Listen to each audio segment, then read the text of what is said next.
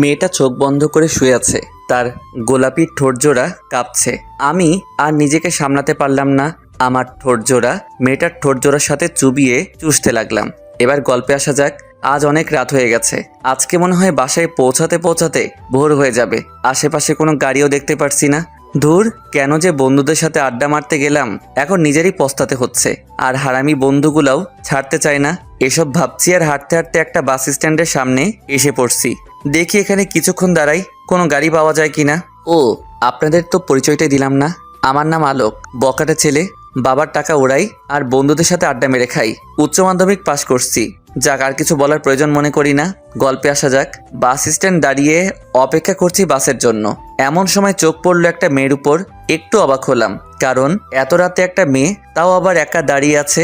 অবাক করা বিষয় হলো, মেয়েটা বোরকা পরে সুন্দরভাবে নিকাব করেছে। দেখে মনে হয় কোনো ভদ্রঘরের মেয়ে, কিন্তু এত রাতে কোনো ভদ্রঘরের মেয়েটা বাইরে থাকবে? দূর, দাঁড়িয়ে থাক, তাতে আমার কি। আমি পকেট থেকে মোবাইলটা বের করে টিপছিলাম আর মেয়েটার দিকে আর চোখে তাকাচ্ছিলাম। অনেকক্ষণ হয়ে গেল মেয়েটা দাঁড়িয়ে আছে। এখন প্রায় রাত 2টা বাজে। এতক্ষণ কার জন্য দাঁড়িয়ে আছে মেয়েটা, এই বিষয়টা আমাকে ভাবাচ্ছে। না, আর ভেবে কাজ নেই, গিয়ে জিজ্ঞেস করি কি হয়েছে। হয়তোবা কোনো বিপদে পড়েছে। ধীর গতিতে পা বাড়িয়ে মেয়েটার কাছে গিয়ে দাঁড়ালাম। অবাক হয়ে গেলাম, কারণ মেয়েটা আমাকে দেখে একটুও চমকালো না। উল্টো আমি তার চোখের দিকে তাকিয়ে এক অজানা রাজ্যে হারিয়ে গেছি। কি মায়াভরা সেই মায়াবী চোখ! আমি তো তার চোখ দেখেই প্রেমে পড়ে গেছি। হঠাৎ মেয়েটার কণ্ঠে ঘোর ভাঙল। ও হ্যালো, এভাবে তাকিয়ে আছেন কেন? না মানে, আপনি কি কোনো প্রবলেমে ফেসে গেছেন? যদি আমাকে বলেন, সাহায্য করতে পারি। না, কোনো প্রবলেম নেই। তাহলে এত রাতে এখানে দাঁড়িয়ে আছেন কেন? কাস্টমার খুঁজছি। কি? আমি তো মেরে গেলাম, কিছুই বুঝলাম না কি বলছে মেয়েটা। শুনতে পান না? কাস্টমার খুঁজছি। মেয়েটার কথা শুনে আমি আমার কানকে বিশ্বাস করতে পারছি না। কিছুক্ষণের জন্য একেবারে নিস্তব্ধ হয়ে গেলাম। কি বলছে মেয়েটা? তাহলে কি মেয়েটা... না না, ছি ছি, এ কি করে হয়? এমন বোরকাওয়ালি মেয়ে কোনোদিন এসব করতে পারে না। মনে হয় ভুল শুনছি। তাই মেয়েটাকে জিজ্ঞেস করলাম, কি বলছেন এসব, বুঝতেছি না। আরে বললাম না কাস্টমার খুঁজতেছি। এত রাতে কিসের কাস্টমার? তার মানে কি আমি যা ভাবছি আপনার সম্পর্কে? আপনি কিছু বলার আগে মেয়েটা বলল, জি তাই। করবেন নাকি আপনি? মেয়েটার কথা শুনে মনের মধ্যে কেমন যেন একটা অনুভূতি কাজ করছে মেয়েটাকে দেখার জন্য। এত সুন্দর নিকাব করা মেয়ে কি করে এসব কাজ? না না, আর ভাবতে পারছি না। মাথাটা কেমন জানি গুলিয়ে যাচ্ছে মেয়েটার কথা শুনে। আবার বাস্তবে ফিরে এলাম। কি হলো, করবেন? যদি করেন তাহলে বলেন, না হলে বিদায় হন। আমাকে কাস্টমার খুঁজতে হবে। কোনো কথাই মুখ থেকে বের হচ্ছে না। কি বলবো বুঝতে পারছি না। চুপ করে আসি। মেয়েটা দেখি অন্যদিকে ফিরে হাঁটা শুরু করলো। আমি পিছন থেকে ডাক দিলাম, এই যে আপু, দাঁড়ান। যা বলার তাড়াতাড়ি বলেন, আমার কাছে এত সময় নাই। আপনি কি সত্যি এসব করেন? হ্যাঁ করি। আপনি করবেন কিনা বলেন, না হলে আমি যাই। এর আগে কারোর সাথে করছেন? না, আজকেই প্রথম। কেন? অবাক হয়ে যাচ্ছি, এর আগে কারোর সাথেই করে নাই। তাহলে শুধু শুধু কেন নিজের মূল্যবান জিনিসটা বিক্রি করছে? এত কৈফিয়ত আমি আপনাকে দিতে পারবো না। যদি করেন তাহলে বলেন, না হলে গেলাম। আমি কি বলবো বুঝতে পারছি না। দেখতে এত সুন্দর লাগছে মেয়েটাকে বোরকা পরে যে তার প্রেমে পড়ে গেলাম। কিন্তু মেয়েটার চরিত্র তো মাশাআল্লাহ। আমারও মেয়েটাকে দেখে কেমন জানি লাগছে, নিজেকে সামলাতে পারছি না। তাই আর কিছু না ভেবে মেয়েটাকে জিজ্ঞেস করলাম, কত নিবেন এক রাতের? 10,000। ওকে ডান, আমি রাজি। আগে পেমেন্ট করেন। আমি কিছুটা অবাক হয়ে গেলাম। একেবারে পাক্কা পতিতাদের মতো কথা বলতেছে। যাক, আর কিছু না ভেবে পকেট থেকে মানিব্যাগটা বের করে চকচকে 10টা 1,000 টাকার নোট দিলাম। যেহেতু আমি বড়লোক বাবার একমাত্র সন্তান, তাই টাকার কোনো অভাব নাই। মেয়েটাকে নিয়ে হাঁটা শুরু করলাম। একসাথে হাঁটছি, নীরব। রাস্তাটা যেন আমার আর মেয়েটার দিকে তাকিয়ে হাসছে। আমার মনের মধ্যে মেয়েটাকে দেখার জন্য অস্থিরতা কাজ করছে। না জানি কেমন দেখতে, যেমনই দেখতে হোক, চোখগুলো আমার ক্রাশ। কিন্তু মেয়েটাকে তো আর পাবো না আজকের পর। তাই আজকেই ভোগ করে স্বাদ মিটিয়ে নেই। আর ওইদিকে মেয়েটা মনে মনে হয়তো অনেক কিছু ভাবছে। কি ভাবছে তা আমার অজানা, কিন্তু মেয়েটা অনেক ভয় পেয়ে আছে। সত্যি কি মেয়েটা আজ প্রথম এমন কাজ করতে যাচ্ছে? মনের মধ্যে হাজারো প্রশ্নের পাহাড় তৈরি হতে থাকে। তখনই মেয়েটা আমাকে বলল ওই দিকে যেতে। আমি কিছুটা অবাক হয়ে বললাম, কোন দিকে? তারপর মেয়েটা বলল তার সাথে যেতে। আমি মেয়েটার পিছন পিছন হাঁটা শুরু করলাম। কিছু দূর হাঁটতেই নিজেকে একটা ঘরে আবিষ্কার করলাম। বুঝতে বাকি রইল না যে এই বাসাটাতেই মেয়েটা থাকে। অন্ধকার দেখা যাচ্ছে কারণ ঘরের লাইটটা অফ ছিল। পরে মেয়েটা গিয়ে লাইট অন করলো। তাকিয়ে দেখলাম কত সুন্দর করে সাজানো পরিপাটি একটা রুম। মনে হয় মেয়েটা একাই থাকে। মেয়েটা দরজা লাগিয়ে বলল, শুরু করতে পারেন। আমারও আর তর্স হয়েছে না মেয়েটাকে দেখার জন্য, তাই বললাম, আপনার চেহারাটা দেখান, মুখের কাপড়টা সরান একটু। গলা দিয়ে যেন কথা বের হচ্ছিল না। মেয়েটা নিজের মুখের কাপড় সরাতেই আমি যেন এক অন্য জগতে হারিয়ে গেলাম। এ কি মানুষ নাকি পরী? এত সুন্দর মানুষ হতে পারে আগে জানা ছিল না। মেয়েটার কাজল কালো চোখগুলো দেখেই আমি আগেই তার প্রেমে পড়ে গেছিলাম। আর এখন তার এত সুন্দর অপরূপ চেহারা, আর ঠোঁটের নিচে একটা তিল, হালকা মেকআপ, আর ঠোঁটে হালকা গোলাপি লিপস্টিক। আমি তো আর লোভ সামলাতে পারছি না। তার সোনার বরণ শরীর আর চুলের ঘ্রাণে আমি মাতাল হয়ে গেলাম। ধীরে ধীরে মেয়েটার দিকে অগ্রসর হলাম। মেয়েটা একটু একটু করে পিছুপা হচ্ছে। মেয়েটা বিছানায় পড়ে যায়। আমিও তার উপর পাগলা কুত্তার মতো ঝাঁপিয়ে পড়ি নিজের জৈবিক চাহিদা মেটানোর জন্য। মেয়েটা চোখ বন্ধ করে শুয়ে আছে। তার গোলাপি ঠোঁটজোড়া কাঁপছে। আমি আর নিজেকে সামলাতে পারলাম না। আমার ঠোঁটজোড়া মেয়েটার ঠোঁটজোড়ার সাথে চুবিয়ে চুষতে লাগলাম। নিজেকে এক অন্য জগতে হারিয়ে ফেলছি। হঠাৎ একটা বিকট শব্দে আমার ধ্যান কাটলো। আমার নেশা কেটে গেল। আমি মেয়েটাকে ছেড়ে দিই। তারপর চেয়ে দেখি মোবাইলে কল আসছে। মেয়েটা বলল, যদি কিছু মনে না করেন তাহলে ফোনটা ধরতে পারি? কিন্তু আমার সামনে কথা বলতে হবে। মেয়েটা আমার কথা শুনেই ফোনটা রিসিভ করলো। ওপাশ থেকে সুন্দর একটা মিষ্টি কণ্ঠে ভেসে আসলো একটা ছোট বাচ্চার আওয়াজ। বাচ্চাটা বলছে, আপু আপু, তুমি কোথায় আছো? কখন আসবে? আমার না তোমাকে ছাড়া ঘুম আসছে না। তুমি তাড়াতাড়ি আসো না আপু, আমার যে তোমাকে ছাড়া ঘুমাতে ভয় করছে। ফোনের স্পিকার অন ছিল। কথাগুলো শুনে বুঝতে পারলাম বাচ্চাটা মেয়েটার ভাই হয়। মেয়েটা বলছে, তুমি এখনো জেগে আছো? নার্স আন্টি তোমাকে এখনো ঘুম পাড়িয়ে দেয়নি? দিয়েছিল কিন্তু আমার ঘুম আসছিল না, তাই জেগে গেছি। ফোন কিভাবে করলে? নার্স আন্টি করেছে। আমার কথা বলতে ইচ্ছে করছিল, তাই তুমি তাড়াতাড়ি আসো না আপু, আমার তোমাকে ছাড়া ঘুম আসছে না। বাবু, আমি তো কাজে আছি, এখন আসতে পারবো না, একটু পরে যাই। তুমি ততক্ষণে ঘুমাও। আমি তোমার জন্য আসার সময় চকলেট নিয়ে আসবো। এখন লক্ষ্মী ছেলের মতো ঘুমিয়ে পড়ো। আমি নার্স আন্টিকে বলে দিচ্ছি যাতে তোমাকে গল্প শুনিয়ে ঘুম পাড়িয়ে দেয়। আপু, লাল চকলেট আনবা, ওইটা অনেক মজা। ঠিক আছে, আনবো। এখন লক্ষ্মী ছেলের মতো ঘুমিয়ে পড়ো। আচ্ছা আপু, তাড়াতাড়ি আসো। বলেই ফোনটা টু টু শব্দে করে কেটে গেল। আমি এতক্ষণ সবকিছু চুপচাপ শুনছিলাম। মেয়েটা আমার দিকে তাকিয়ে বলল, এবার আপনি শুরু করতে পারেন। কিন্তু বাচ্চাটার কথা শুনে আমার মনের প্রশ্নের পাহাড় আরো বড় হয়ে গেল। আমি মেয়েটাকে জিজ্ঞেস করলাম বাচ্চাটা কি হয়। ও বলল ওর ভাই। আমার এবার জানার আগ্রহ আরো বেড়ে গেল। তাই মেয়েটাকে বললাম, আচ্ছা যদি কিছু মনে না করেন কিছু কথা জানতে পারি? জি বলুন। আমার কেন জানি মনে হচ্ছে আপনার জীবনে বড় ধরনের ঝড় উঠেছে, যার কারণে আপনি এই পথটা বেছে নিলেন। সেটা কি আমি জানতে পারি? আপনারা তো জেনে কাম নাই, যা করতে আসছেন তাই করে বিদায় হন। এবার আমার মাথা গরম হয়ে গেল। একটু বললে কি হয়, তাই রেগে বললাম, আচ্ছা করব না, আমি চলে যাচ্ছি, দেন আমার টাকা ফেরত দেন। কিছুটা ব্ল্যাকমেল করে, কারণ আমি বুঝতে পারছি মেয়েটা বিপদে পড়ছে। প্লিজ এমনটা করবেন না। আপনি চলে গেলে আমার ভাইয়ের চিকিৎসার টাকা জোগাড় করতে পারবো না, আর এত রাতে আমি আর কোনো কাস্টমারও পাবো না। প্লিজ এমন করেন না। আচ্ছা আপনার ভাইয়ের কি হয়েছে, আর আপনারই বা কি হয়েছে যার কারণে আপনি নিজের সতীত্বটা নষ্ট করতে পিছুপা হচ্ছেন না? সবকিছু খুলে বলুন আমাকে, তাহলে আমি যাব না। আপনি সত্যি সব শুনতে চান? তার জন্য তো জিজ্ঞেস করছি। আচ্ছা তাহলে শুনুন। আমার নাম মেহেরিমা জাহান। আমি কুমিল্লার বাসিন্দা। 1 বছর আগে মাধ্যমিক পাশ করে কলেজে উঠছি। আমার বাবা একজন দিনমজুর ছিলেন। আজ থেকে প্রায় 6 মাস আগে আমার মা বাবা দুইজনই একটা কার অ্যাক্সিডেন্টে মারা যান। সেদিন থেকে আমার জীবনে দুঃখের ঝড় নেমে আসে। আর লোকটা আমার মা বাবাকে গাড়ি চাপা দিয়েছিল। সেই লোকটা অনেক ধনী ছিল। আমাকে আর আমার ভাইকে ওনার সাথে নিয়ে যেতে চেয়েছিলেন, কিন্তু আমার মামা আর মামি দুইজন খুব লোভী। তারা ওই লোকটার কাছ থেকে টাকা নেয়, তারপর লোকটাকে চলে যেতে বলেন। আর তারপর মামি চক্রান্ত করে বাবার সব জায়গা জমি নিজের নামে করিয়ে নিয়েছিলেন। ওনারা ঠিক করেছিলেন আমাকে ওনাদের ছেলের সাথে বিয়ে দিবেন, কিন্তু ওনার ছেলে অনেক খারাপ লোক ছিলেন, নেশা করত। তাই আমি বিয়েতে রাজি হইনি। কিন্তু এতে করে ওনারা আমার খাওয়া দাওয়া বন্ধ করে দিয়েছিলেন। বাধ্য হয়ে ছোট ভাইকে নিয়ে কোনো মতে পালিয়ে ঢাকা চলে আসি। ঢাকায় এসে এই ছোট্ট রুমটা ভাড়া নেই। তারপর টিউশনি করে কোনো মতন 2 ভাই বোন খেয়ে রাত কাটাতাম। এভাবেই ভালো চলছিল আমাদের ভাই বোনের জীবন, কিন্তু তাতেও দুঃখের একটুও মায়া হলো না। আবার আমার জীবনে ঝড় তুলে দিল। একদিন ছোট ভাই খেলতে খেলতে হঠাৎ করে চিৎকার করে অজ্ঞান হয়ে পড়ে। পরে তাকে হসপিটালে নিয়ে গেলাম। ডাক্তার বলেছে ওর নাকি মাথায় ছোট্ট একটা টিউমার আছে, এটা অপারেশনের মাধ্যমে বের করতে হবে, না হলে দিন দিন আরো ব্যথা বাড়তে পারে আর তাতে ভাইটা মারাও যেতে পারে। আমি ডাক্তারকে জিজ্ঞেস করছিলাম কত টাকা লাগবে। ডাক্তার বলেছে মিনিমাম 1 থেকে 1.5 লক্ষ টাকা লাগবে। কিন্তু আমি এত টাকা কোথায় পাবো কোথায় এটাই ভেবে পাচ্ছিলাম না।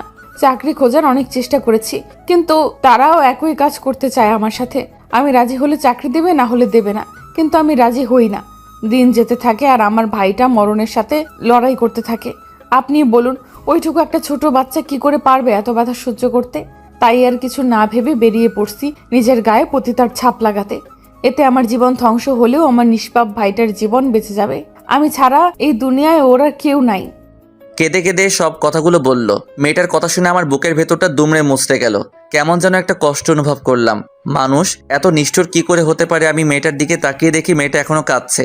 তার চোখের নোনা জলগুলো তার চোখের কাজলের সাথে মিলে একটা খেলা করছে। আমি তাড়াতাড়ি করে পকেট থেকে রুমালটা বের করে মেয়েটার হাতে দিয়ে বললাম, নেন, এইটা দিয়ে চোখের পানি মুছুন, কাঁদলে আপনাকে একটু ভালো দেখায় না। মেয়েটা রুমালটা হাতে নিয়ে চোখ মুছে কান্না করা বন্ধ করলো। আচ্ছা চলেন, এখন তো আপনার জৈবিক চাহিদা পূরণ করার পালা। আমি মেয়েটার এমন কথা শুনে সত্যি অবাক না হয়ে পারলাম না। কেউ এতটা নিচে নামতে পারে নিজের ভাইকে বাঁচানোর জন্য জানা ছিল না। আমি মেয়েটার গলার শব্দে আবার বাস্তবে ফিরে এলাম। আচ্ছা আপনি এবার আপনার কাজ শুরু করেন, আমি আর আপনাকে বাধা দেব না। আমার জীবনে প্রথম আপনিই সেই পুরুষ যে আমার এত কাছে এসেছে। চাইলে এখন আপনি আমার গায়ে পতিতার ছাপ বসিয়ে দিতে পারেন, পরে আবার টাকা ফেরত চাইতে পারবেন না, কারণ টাকাটা আমার খুব প্রয়োজন। আমি কি বলবো কিছুই বুঝতে পারছিলাম না। একদিকে মেয়েটা আমার স্বপ্নের সেই রাজকুমারী যাকে আমি মনে প্রাণে কাছে চাইছি, তবে সেটা স্বপ্নই ছিল এতদিন। আজ এত কাছে পেয়েও কি আমি তাকে হারিয়ে ফেলবো? তবে কি সে শুধু আজকে রাতটাই আমার? ভাবনাতে পড়ে গেলাম, না না, এ কিছুতেই হতে পারে না। এই মেয়েকে আমি সারা জীবন পাশে চাই। যেই মেয়ে ছোট ভাইয়ের জন্য নিজের সতীত্ব বিলি করতে রাজি, সেই মেয়ে আর যাই হোক প্রতারক হতে পারে না। এই মেয়ের মন যে জয় করতে পারবে, জীবনের বিনিময় হলেও তাকে আগলে রাখবে। না না, একে হারাতে পারবো না। তাহলে আমার যে কি হবে তা আমি নিজেই জানি না। প্রথম দেখায় যাকে ভালোবেসে ফেলছি তাকে কি করে হারাতে দিতে পারি? মনের মধ্যে হাজারো ভাবনা ঢেউ তুলছে। চুপ করে বসে থাকতে দেখে মেয়েটা বলল, কি হলো, কি ভাবছেন? কই কিছু না তো। দেখুন, আমার কাছে বেশি সময় নেই, ভোর হতে আর অল্প সময় বাকি আছে। তারপর কিন্তু আর কিছু করতে পারবেন না বলে দিলাম। আর টাকার আশা ছেড়ে দেন। আর কিছুই করতেও চাই না। মেয়েটা অবাক হয়ে বড় বড় চোখ করে তাকিয়ে বলল, আর কিছু করতে চান না মানে? মানে কিছু না, করতে চাই না এটাই বললাম। দেখুন, করবেন কি না করবেন সেটা আপনার ব্যাপার, কিন্তু টাকা ফেরত পাবেন না। এবার আমার মাথায় রাগ উঠে গেল। বারবার শুধু টাকার কথা বলে।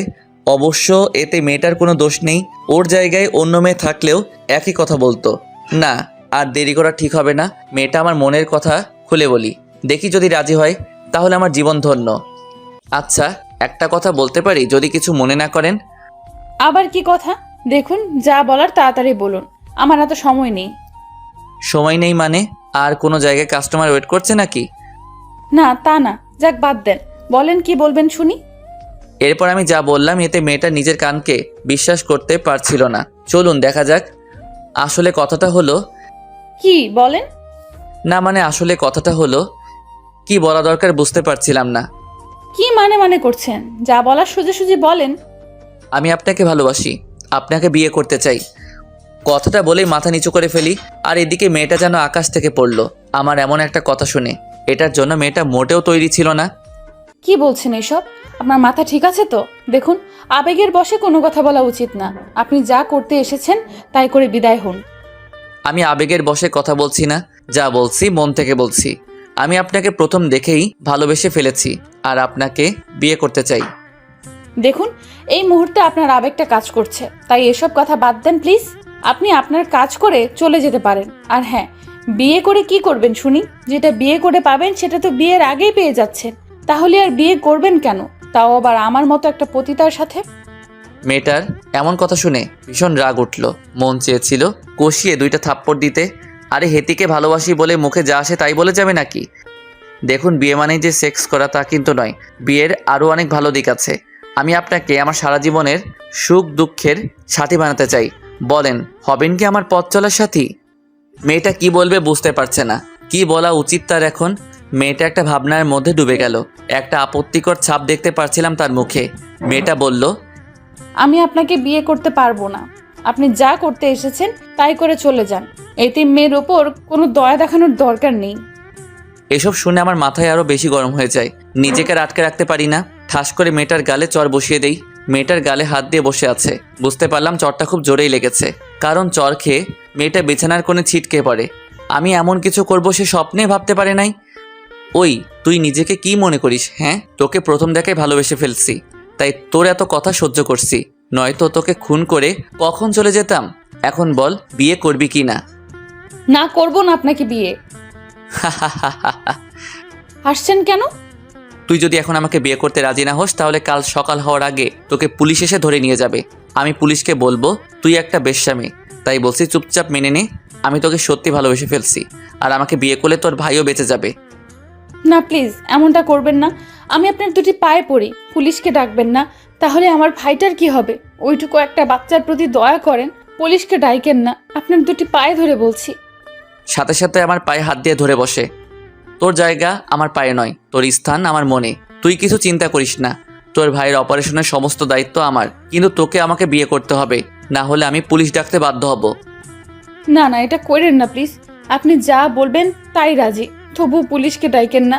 আমি আপনাকে বিয়ে করতে রাজি। নিজের অজান্তেই আমার মুখে একটা হাসি ফুটে ওঠে। আমি মেয়েটার গালে হাত দিয়ে তার চোখের পানি মুছে দেই। তারপর তার কপালে আলতো করে একটা চুমু খাই আর বলি, যাও এখন শুয়ে পড়ো। খেয়াল করলাম তার গালটাতে চড় মারার ফলে হাতের 5 আঙ্গুলের ছাপ বসে গেছে। কিন্তু আপনার পরিবার কি আমার মতো একটা এতিম মেয়েকে মেনে নেবে? এই চুপ! কে বলেছে তুমি এতিম? আমি আছি না তোমার সাথে? খবরদার আর নিজেকে এতিম বলবে না। কথাটা শোনার পর মেয়েটা হাউমাউ করে কেঁদে ফেললো। কাঁদুক সে, আজকে তার জীবনের শেষ কান্না। আর কোনোদিন ও তাকে কাঁদতে দিব না। আমি তার চোখের পানি মুছে দিয়ে বললাম, যাও গিয়ে শুয়ে পড়ো, রাত অনেক হয়েছে, সকালে তোমার ভাইকে দেখতে যেতে হবে তো। মেয়েটা কোনো কথা না বলে চুপচাপ বিছানার এক কোণে গিয়ে শুয়ে পড়লো। খেয়াল করলাম মেয়েটা বালিশে মুখ লুকিয়ে কাঁদছে। আমার মন চাইছিল ওকে শক্ত করে জড়িয়ে ধরে বলি, কেঁদো না, আমি আছি তোমার পাশে। কিন্তু সেই অধিকারটুকু এখনো পাইনি। তাই আর কিছু না বলে আমি একটা বালিশ আর চাদর নিয়ে মাটিতে বিছানা পেতে শুয়ে পড়ি। এখনও কান্নার গুনগুন আওয়াজ শোনা যাচ্ছে। কি করব বুঝতে পারছি না। এখন কি আমার ওকে সান্ত্বনা দেওয়া উচিত হবে? মনে মনে ভাবছি, মেয়েটাকে এইভাবে জোর করে বিয়ে করাটা কি ঠিক হচ্ছে নাকি? না না, যা করছি ঠিকই করছি। পতিতা হয়ে সমাজে বসবাস করার চেয়ে আমার বউ হয়ে থাকা অনেক ভালো। এমনিতেই মেয়েটা সবকিছু হারিয়ে নিঃস্ব। এখন তার শেষ সম্বলটা যদি হারিয়ে পতিতার পরিচয়ে জীবন কাটায়, তাহলে হয়তো বেশি দিন বাঁচবে না। আর এমনিতে আমি ওকে প্রথম দিকে ভালোবেসে ফেলছি। ও শুধু আমার।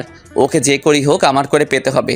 পৃথিবীর সমস্ত কিছু ত্যাগ করে হলেও আমি এই মেয়েটাকেই বিয়ে করব। এসব ভাবতে ভাবতে কখন যে ঘুমিয়ে পড়লাম টেরই পেলাম না। একটু পর হঠাৎ একটা চিৎকারের শব্দ শুনে আমার ঘুম ভেঙে গেল। আমি রীতিমতো ভয় পেয়ে লাফিয়ে উঠছি।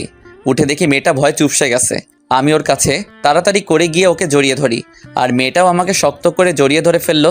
আমার বুঝতে আর বাকি রইল না যে মেয়েটা স্বপ্ন দেখে ভয় পাইছে। কি হলো, কোনো খারাপ স্বপ্ন দেখলে নাকি? আমার আমার ভাই, আমার ভাই কোথায়? ওকে দেখতে পাচ্ছি না। বুঝতে পেরেছি, মেয়েটা ওর ভাইকে নিয়ে কোনো খারাপ স্বপ্ন দেখেছে। তোমার ভাই হসপিটালে, তুমি জানো না? মেয়েটার হুঁশ ফিরল। এতক্ষণ ভয় গোড়ের মধ্যে ছিল। হুঁশ ফিরতেই আমাকে এক ঝটকা দিয়ে সরিয়ে দিল। তারপর তার কান্নার মাত্রা আরও বেড়ে গেল। ইস, কত সুন্দর লাগে কাঁদলে, একদম বাচ্চাদের মতো।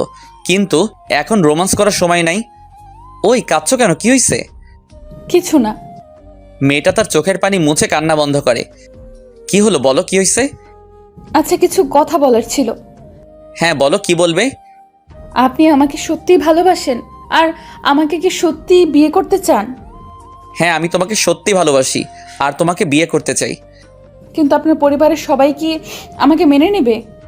পরিবার বলতে তেমন কেউ নেই, আছে শুধু বাবা। বাবা তার ব্যবসা নিয়ে ব্যস্ত থাকেন, আর আমি সারাদিন ঘুরি ফিরি আর খাই। আর আপনার মা? শুনেছি উনি নাকি আমার জন্মের পর মারা গেছেন। ছোটবেলা থেকেই বাবা আমার সব কিছু দেখাশোনা করছেন। এইভাবে কথা বলতে বলতে ভোরের আজান দিয়ে দিল। মেয়েটা আমাকে বলল, আচ্ছা, এখন আজান দিচ্ছে, যান আপনি নামাজটা পড়ে আসুন। আমি ভাবলাম কিছুটা দুষ্টামি করা যাক। আসলে আমার না খুব ঘুম পাচ্ছে, আমি ঘুমাই। বলেই মেয়েটার কোলে মাথা রেখে শুয়ে পড়লাম। আর খেয়াল করলাম মেয়েটার মুখে একটা হাসির ঝলক। ওই কি করছেন, যান নামাজটা পড়ে আসুন আগে, তারপর ঘুমায়েন। না না, আমি যাব না, আমি ঘুমাই, তুমি পড়ো। আমি কোনো বেনামাজি পুরুষকে বিয়ে করতে পারবো না, কারণ যে তার সৃষ্টিকর্তাকে ভালোবাসতে পারে না সে আমাকে কি ভালোবাসবে। বুঝেছি, আপনি আমার সাথে মজা করছেন এতক্ষণ। নেন আপনার টাকা নেন, যান এখান থেকে। আপনাকে বিয়ে তো দূরের থাক, আপনার চেহারাও দেখতে চাই না। আমি সাথে সাথে উঠে পড়লাম, ওর দিকে করুণ চোখে তাকিয়ে থাকলাম। এখন আমাকে এইভাবে ব্ল্যাকমেল করছো, বিয়ের পর কি করবে শুনি? সেটা পরে ভেবে নিব, এখন যান। আচ্ছা যাচ্ছি। বিছানা থেকে উঠে ফ্রেশ হয়ে নামাজ পড়তে চলে গেলাম মসজিদে। নামাজ পড়ে এসে দেখি নাস্তা রেডি। মেয়েটা আমাকেই দেখেই বলল, চলে আসছেন, বসুন, নাস্তাটা করে নেন। নাস্তা বানালে কখন? এই তো একটু আগে। আপনি বসুন, আমি বেড়ে দিচ্ছি। আমি মনে মনে খুশিতে নাচতেছি। বিয়ের আগে হবু বউয়ের হাতে রান্না খাবো, উফ কি খুশিটাই না লাগছে। আমি গিয়ে টেবিলে বসে পড়লাম। তারপর আমাকে খাবার বেড়ে দিয়ে দাঁড়িয়ে আছে। কি হলো, তুমি খাবে না? খাবো পরে, আপনি আগে খেয়ে নিন। না তুমি বসো, দুজনে একসাথে খাবো। ওকে খাবার টেবিলে বসানোর জন্য ওর হাত ধরতে চিৎকার করে উঠল। দেখলাম ওর চোখ বেয়ে নোনা পানি ঝরছে। কি হলো কিছুই বুঝলাম না। খাবার টেবিল থেকে উঠে পড়লাম। চোখ পড়ল ওর হাতের উপর, দেখলাম অনেকখানি পুড়েছে। এটা কিভাবে হলো তোমার? একটু ছ্যাঁকা লাগছে, সমস্যা নাই, ঠিক হয়ে যাবে। যান আপনি খেয়ে নেন। সমস্যা নাই মানে? কতখানি পুড়ছে আর তুমি বলছো একটুখানি? ওষুধ লাগাওনি? লাগিয়েছি। আচ্ছা এখানে বসো। আমি ওকে জোর করে টেবিলে বসালাম। তারপর ভাতের প্লেটটা হাতে নিয়ে ওকে খাইয়ে দিতে শুরু করলাম। খেতে চাইছিল না, তাও জোর করে খাওয়াইছি। খাওয়া দাওয়া শেষ করে দুইজনে রেডি হয়ে বেরিয়ে পড়লাম। গন্তব্য হসপিটাল, যেখানে ওর ভাই চিকিৎসাধীন রয়েছে। যাওয়ার সময় মেয়েটা ওর ভাইয়ের জন্য একটা চকলেট কিনলো। টাকাটা আমি দিতে চাইছিলাম, কিন্তু ও দিতে দেয় নাই। পরে দুইজনে হাসপাতালে পৌঁছে গেলাম। বাচ্চা ছেলেটা ওর আপুকে দেখে দৌড়ে এসে তার কোলে উঠে পড়ে। মেয়েটা তার ভাইয়ের গালে চুমু খেলো, বাচ্চাটাও ওর বোনের গালে পাপ্পি খেলো। তারপর বাচ্চাটা চোখ পড়লো আমার উপর। বাচ্চাটা তার আপুকে জিজ্ঞেস করলো, আপু আপু, ওই আঙ্কেলটা কে? ওই আঙ্কেলটা তোমাকে দেখতে আসছে। ও আমাকে দেখতে আসছে? বাচ্চাটার মুখে আঙ্কেল শব্দটা শুনে আমি তো মেরে গেছি। বলে কি পুচকুটা, আমি আর আঙ্কেল এখনো বিয়েই করলাম না, আর দাড়িও তো নেই। শিওর হওয়ার জন্য গালে আর একবার হাত দিয়ে দেখলাম দাড়ি উঠছে কিনা। না, কোনো দাড়ি নেই। তাহলে এই পুচকুটা আঙ্কেল বলল কেন? আর মেয়েটাও পারে বটে, আমাকে আঙ্কেল বলছে। আরও মুচকি মুচকি হাসি দিচ্ছে। যা, আজকে মনে হয় বুড়োই হয়ে গেলাম। ওই আঙ্কেলটা তোমাকে দেখতে আসছে। আমার আর কিছু করার নাই। বাচ্চাটা তার আপুর কোল থেকে নেমে গেল। তারপর আমার কাছে আসলো। আমি হাঁটু গেড়ে তার সামনে বসলাম। আঙ্কেল আঙ্কেল, আপনি সত্যি আমাকে দেখতে আসছেন? হ্যাঁ, তোমার জন্যই তো আসছি। তার আগে তুমি আমাকে ভাইয়া বলে ডাকো, তোমার জন্য একটা গিফট আছে। কি গিফট আঙ্কেল? দেন না, দেন দেন। উফ, আবার আঙ্কেল? ভাইয়া বলো তাহলে দিব। আচ্ছা আগে দেন, দেখি দেখি। চোখ বন্ধ কর তোমার। বাচ্চা মানুষ তো, তাই বলার সাথে সাথে চোখ বন্ধ করে ফেলে। আমি একবার মেয়েটার দিকে তাকিয়েছিলাম, খেয়াল করছি মুচকি মুচকি হাসছে। এবার চোখ খুলো। পকেট থেকে একটা কিটক্যাট বের করে তার চোখের সামনে ধরি। ওয়াও আঙ্কেল, এত বড় চকলেট, এটা আমার জন্য? ধুর চাই, বাচ্চাটা তো মহাপাজি, কিছুতেই কথা শুনছে না। আবারও আঙ্কেল বলছে, হ্যাঁ এটা তোমার জন্য, কিন্তু তোমাকে দিব না। কথাটা শোনা মাত্র বাচ্চাটার মুখটা কালো হয়ে গেল। মাথা নিচু করে দাঁড়িয়ে রইল, কোনো কথা বলছে না। আরে কি হলো তোমার? এমন মুখ গোমড়া করে দাঁড়িয়ে রইল কেন? এই চকলেটটা তোমার জন্যই তো এনেছি, কিন্তু তার আগে ভাইয়া ডাকো একবার। বাচ্চাটা খুশি হয়ে আমাকে জড়িয়ে ধরে বলে, সত্যি এটা আমার জন্য?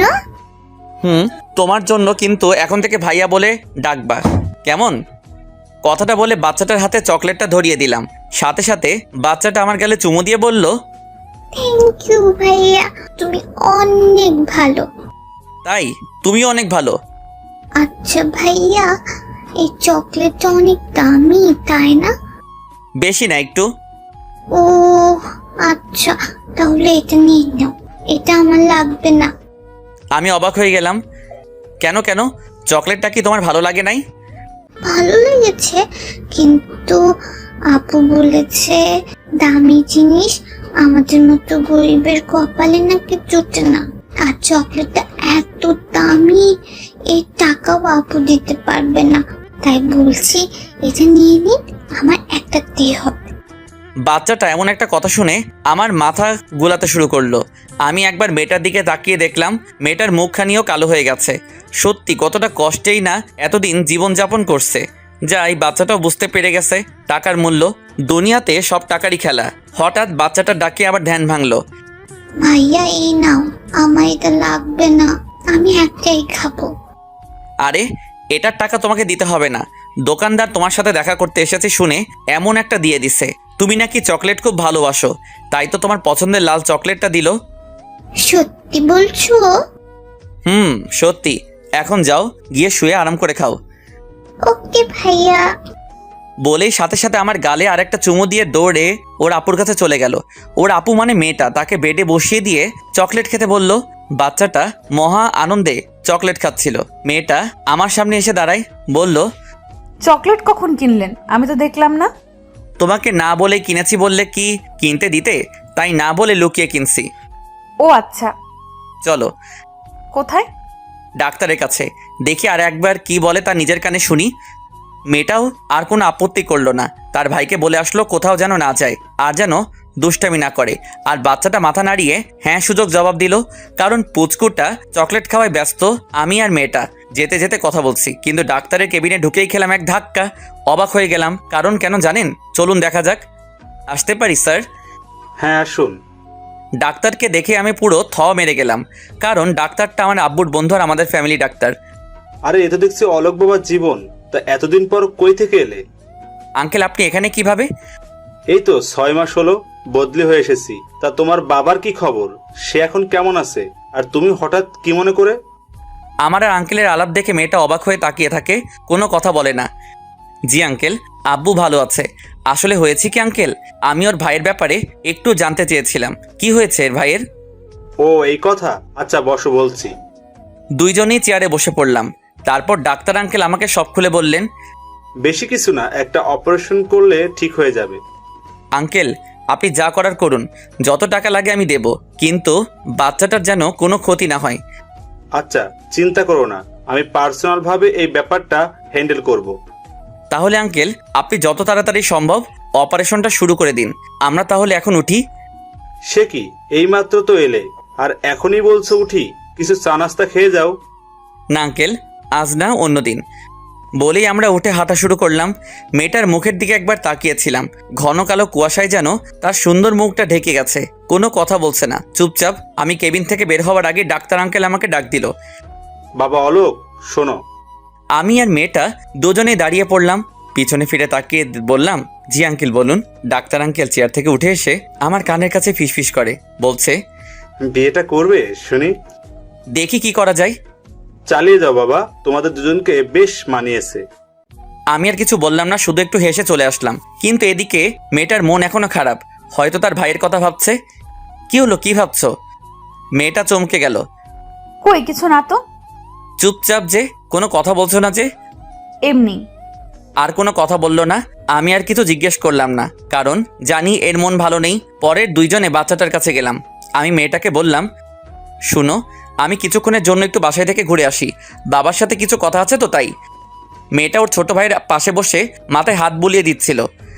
আচ্ছা। আর কিছু বললো না, হয়তো লজ্জাবোধ কাজ করছে তাই। আচ্ছা তাহলে আমি এখন আসি, চিন্তা করো না, আমি বিকাল হওয়ার আগে চলে আসবো। ওকে। মেয়েটির কাছে থেকে বিদায় নেওয়ার আগে মাথায় একটা দুষ্টবুদ্ধি খেলে গেল। কিন্তু কি আর করার, জানি সে প্রশ্রয় দেবে না। তাই হসপিটাল থেকে বাসার উদ্দেশ্যে বেরিয়ে পড়লাম। বাসে উঠে বসলাম। মনের মধ্যে এই 2 দিনে মেয়েটিকে নিয়ে অনেক স্বপ্ন এঁকে ফেলেছি। যে করেই হোক এই স্বপ্নগুলোকে আমার পূরণ করতেই হবে। মেয়েটিকে ছাড়া যে আমি এক মুহূর্ত ভাবতে পারছি না। সারাদিন শুধু ওর কথাই মনে পড়ে। এটাই হয়তো সত্যিকারের ভালোবাসার টান। বেশ বুঝতে পারছি মেয়েটার মন এখনো খারাপ, কারণ চলে আসার সময় ওর মুখটা কেমন কালো হয়ে গিয়েছিল। আর এদিকে বাড়িতে গিয়ে প্রথমে বাবাকে সবকিছু খুলে বলবো ভাবছি। ভাবতে ভাবতে গাড়ি থেকে নেমে বাসার সামনে আসলাম। তারপর গেটে টোকা দিতে দারোয়ান কাকা গেট খুলে দিল। আলোক বাবা, তুমি কালকে সারা রাত কোথায় ছিলে জানো? বড় সাহেব কত চিন্তা করেছিল তোমার জন্য। বন্ধুদের সাথে ছিলাম কাকা, কিন্তু এতে চিন্তা করার কি আছে? আমি তো বাবাকে বলেই গিয়েছিলাম যে আমি রাতে বাড়িতে নাও ফিরতে পারি। এই নাও, বড় সাহেব এগুলো তোমাকে দিতে বলেছিল। এগুলো কি? আর বাবা কোথায়? বড় সাহেব কয়েকদিনের জন্য দেশের বাইরে গেছেন, যাওয়ার আগে এই কাগজ আর চাবিটা দিয়ে গেছেন। আমি আর কিছু বললাম না, নর্মালিভাবে বিহেভ করলাম। তারপর চাবিটা আর কাগজটা হাতে নিয়ে বাড়ির ভেতরে চলে গেলাম।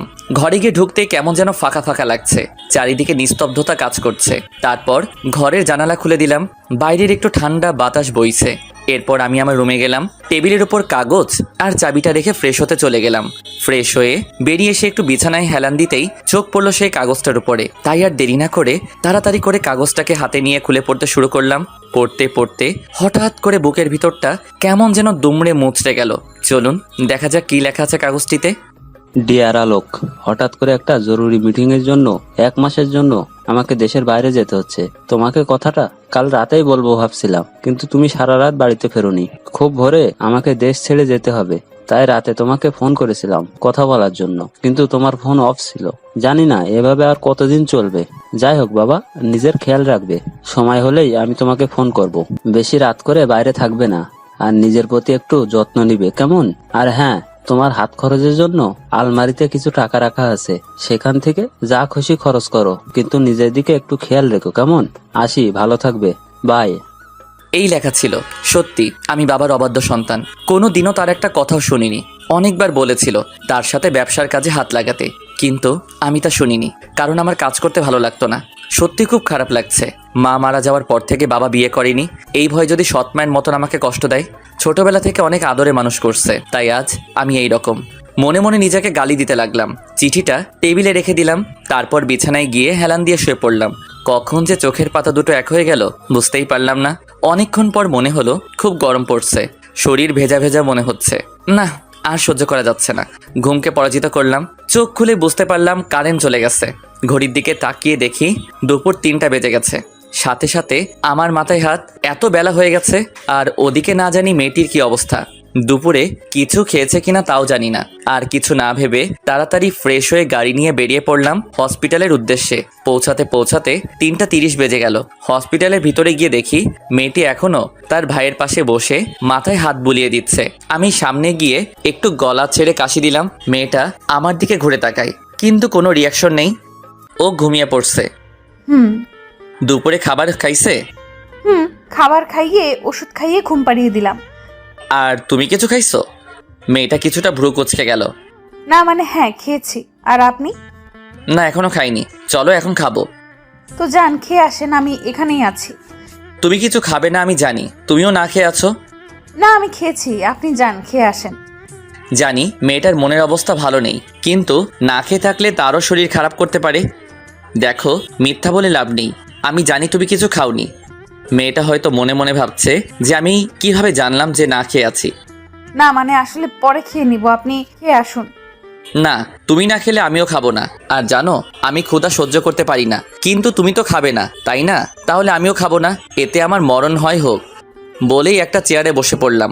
মেয়েটা বসা থেকে উঠে আমার সামনে এসে দাঁড়ালো। দেখুন, জেদ করবেন না প্লিজ। আমার ভাইকে রেখে এখন আপনার সাথে কিভাবে যাব বলুন? হঠাৎ যদি উঠে পড়ে, আমাকে দেখতে না পেলে কান্নাকাটি শুরু করবে। আমি জানি মেয়েটারও খিদা লাগছে, কিন্তু মুখ ফুটে কিছু বলতে পারছে না। সব মেয়েরা এমনই হয়, মনের ভিতরে লুকানো কথা কোনোদিনও মুখ ফুটে বলবে না। কিন্তু তোমার ভাই তো এখন ঘুমাচ্ছে, চিন্তা করো না, ওর উঠে পড়ার আগে আমরা চলে আসব। আর উঠে পড়লে ওর নার্স আন্টি তো আছেই দেখে রাখার জন্য, তাই না? তাই প্লিজ চলো আমার সাথে। অনেক জোরাজোরি করার পর রাজি করালাম। একজন নার্সকে বাচ্চাটা সামনে রেখে দুজনে বেরিয়ে পড়লাম। হসপিটালে সিঁড়ি দিয়ে নামছিলাম দুজনে। হঠাৎ করে মেয়েটা পায়ে হোঁচট খেয়ে প্রায় পড়ে যাওয়ার মতো অবস্থা হয়। আমি তাড়াতাড়ি করে ধরে ফেলি, এতে মেয়েটা কিছুটা লজ্জাবোধ করে আর পায়ে একটু আঘাত পায়। হাঁটতে পারছে না মেয়েটা, হয়তো পায়ে একটু বেশি ব্যথা পাইছে। আমার কাঁধে হাত রেখে হাঁটা শুরু করলো, কিন্তু এমন করে খুঁড়িয়ে হাঁটলে সন্ধ্যা হয়ে যাবে। আর এদিকে আমার খিদেই প্রাণ যায়। দূর চাই, কি করব বুঝতে পারছি না। হঠাৎ করে মাথায় একটা শয়তানি বুদ্ধি এলো। মেয়েটার দিকে তাকিয়ে একটু হাসি দিয়ে মেয়েটাকে কোলে তুলে ফেললাম। ওরে বাবারে, কি ভারী রে, দেখে বোঝা যায় না কিন্তু পুরাই ময়দার বস্তা। আমি এমন কিছু একটা করব তা মেয়েটা কখনো ভাবেনি। লজ্জায় সে তার চোখ বন্ধ করে ফেলে। আমি আস্তে আস্তে করে মেয়েটাকে নিয়ে নামছি। কি রোমান্টিক সিন, দেখলে আপনাদেরও হিংসা হবে, যেমন হিংসা হয়েছিল হাসপাতালের মানুষগুলোর। হ্যাঁ, হসপিটালে সবাই আমার দিকে ড্যাব ড্যাব করে তাকিয়েছিল। তাকিয়ে থাক, তাতে আমার কি? আমি তো আমার হবু বউকে কোলে নিয়েছি। অবশেষে মেয়েটাকে গাড়িতে বসিয়ে দিলাম। তারপর গাড়ি চালানো আরম্ভ করলাম। গাড়ি চালানোর সময় মেয়েটার দিকে একবার তাকিয়ে দেখি লজ্জায় মেয়েটার মুখখানি লাল হয়ে গেছে।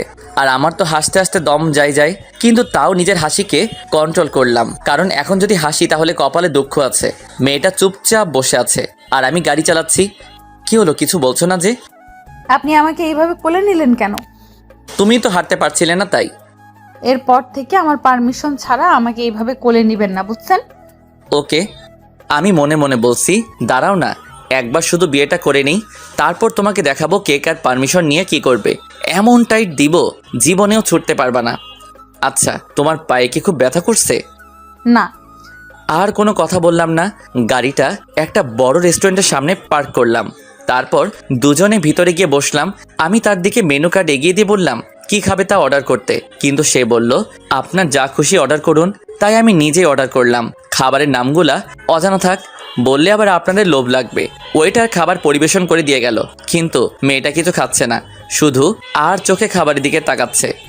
কি হলো, খাচ্ছ না যে? নাও, খাওয়া শুরু করো। না মানে এত ভালো ভালো খাবার আগে কখনো খাইনি তো, তাই জানি না কিরকম খেতে। আর আমার ভাই ওসব কোনোদিনই দেখেনি। ওকে ছাড়া আমি এত ভালো ভালো খাবার কিভাবে খাবো বলুন? ও আচ্ছা, এই কথা।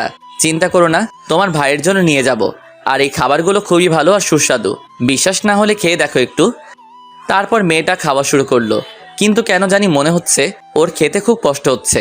মুহূর্তেই মনে পড়লো ওর তো হাতে ছ্যাঁকা খাইছে, হয়তো এই জন্য খেতে কষ্ট হচ্ছে। আমার মনে কুবুদ্ধি ধরা দিল, মেয়েটাকে নিজের হাতে খাইয়ে দিবার ভাবতে দেরি, কিন্তু করতে দেরি করিনি। সঙ্গে সঙ্গে উঠে মেয়েটার পাশে গিয়ে বসলাম। মেয়েটা কিছুটা চমকে গেল। কি হলো, তোমার খেতে অসুবিধা হচ্ছে, তাও আমাকে বলতে পারছো না? না মানে আসলে হাতে একটু জ্বালা করছে। আচ্ছা, তোমার খেতে হবে না, আমি খাইয়ে দিচ্ছি। না ঠিক আছে, আমি খেতে পারবো। হ্যাঁ হ্যাঁ হইছে, জানি কেমন খেতে পারবে। চুপচাপ বসো এখানে, কোনো কথা বলবে না। মেয়েটা আর কোনো কথা বলল না। আমি খাবার প্লেট হাতে নিয়ে খাইয়ে দিতে শুরু করলাম। কিছুক্ষণ পর খেয়াল করলাম মেয়েটা কাঁদছে। কি হলো, কাঁদছো কেন? কিছুই বুঝলাম না। ঝাল লাগলো নাকি? এই কি হলো, তোমার কাঁদছো কেন? কই কিছু না তো। তাহলে কাঁদছো কেন? কই কোথায় কাচ্ছি? ওই এমনি চোখে কি জানি পড়লো। আমি কি বোকা নাকি? নিজেকে চালাক ভাবো তুমি? সত্যি করে বলো কি হয়েছে? আসলে এইভাবে তুলে আমার মা বাবা খাইয়ে দিতেন তো, তাই আজকে আপনি খাইয়ে দিতেই ওনাদের কথা মনে পড়ে গেল। ধুর পাগলি, খাওয়ার সময় এভাবে কেউ কাঁদে নাকি? একদম কাঁদবে না। ওনারা সবসময় তোমার পাশেই আছে, তোমাদের জন্য সবসময় দোয়া করে। আর তোমরা যদি এইভাবে ভেঙে পড়ো তাহলে যে ওনাদের আত্মা কষ্ট পাবে। হুম। আচ্ছা, এবার লক্ষ্মী মেয়ের মতো হা করো, আর একদম কাঁদবে না। পুরো খাবারটা শেষ করতে হবে। তোমাকে আরো মোটু হতে হবে, কারণ আমি চিকন চাকন মেয়ে পছন্দ করি না, বুঝলা? কথাটা শুনেই মেয়েটার মুখের হাসির ঝলক দেখতে পেলাম। কি সুন্দর মায়াবী হাসি। বারবার এই হাসির ওপর আমি ক্রাশ খাই। ওকে খাওয়ানোর পরে নিজেও খেয়ে নিলাম। তারপর বিল মিটিয়ে দিলাম। পরে আবার মন চাচ্ছিল মেয়েটাকে কোলে নেই, কিন্তু সে তো মানা করে দিছে, তাই নিতে পারলাম না। কিন্তু তাও আমার কাঁধে হাত রেখে আস্তে আস্তে হেঁটে হেঁটে গাড়ির ভিতরে গিয়ে বসলো। আমি গাড়ি চালাতে শুরু করলাম। মাঝপথে মেয়েটা বলল, ওই প্লিজ প্লিজ গাড়িটা থামান প্লিজ। কেন, কি হয়েছে? আহ, এত কথা না বলে থামান না।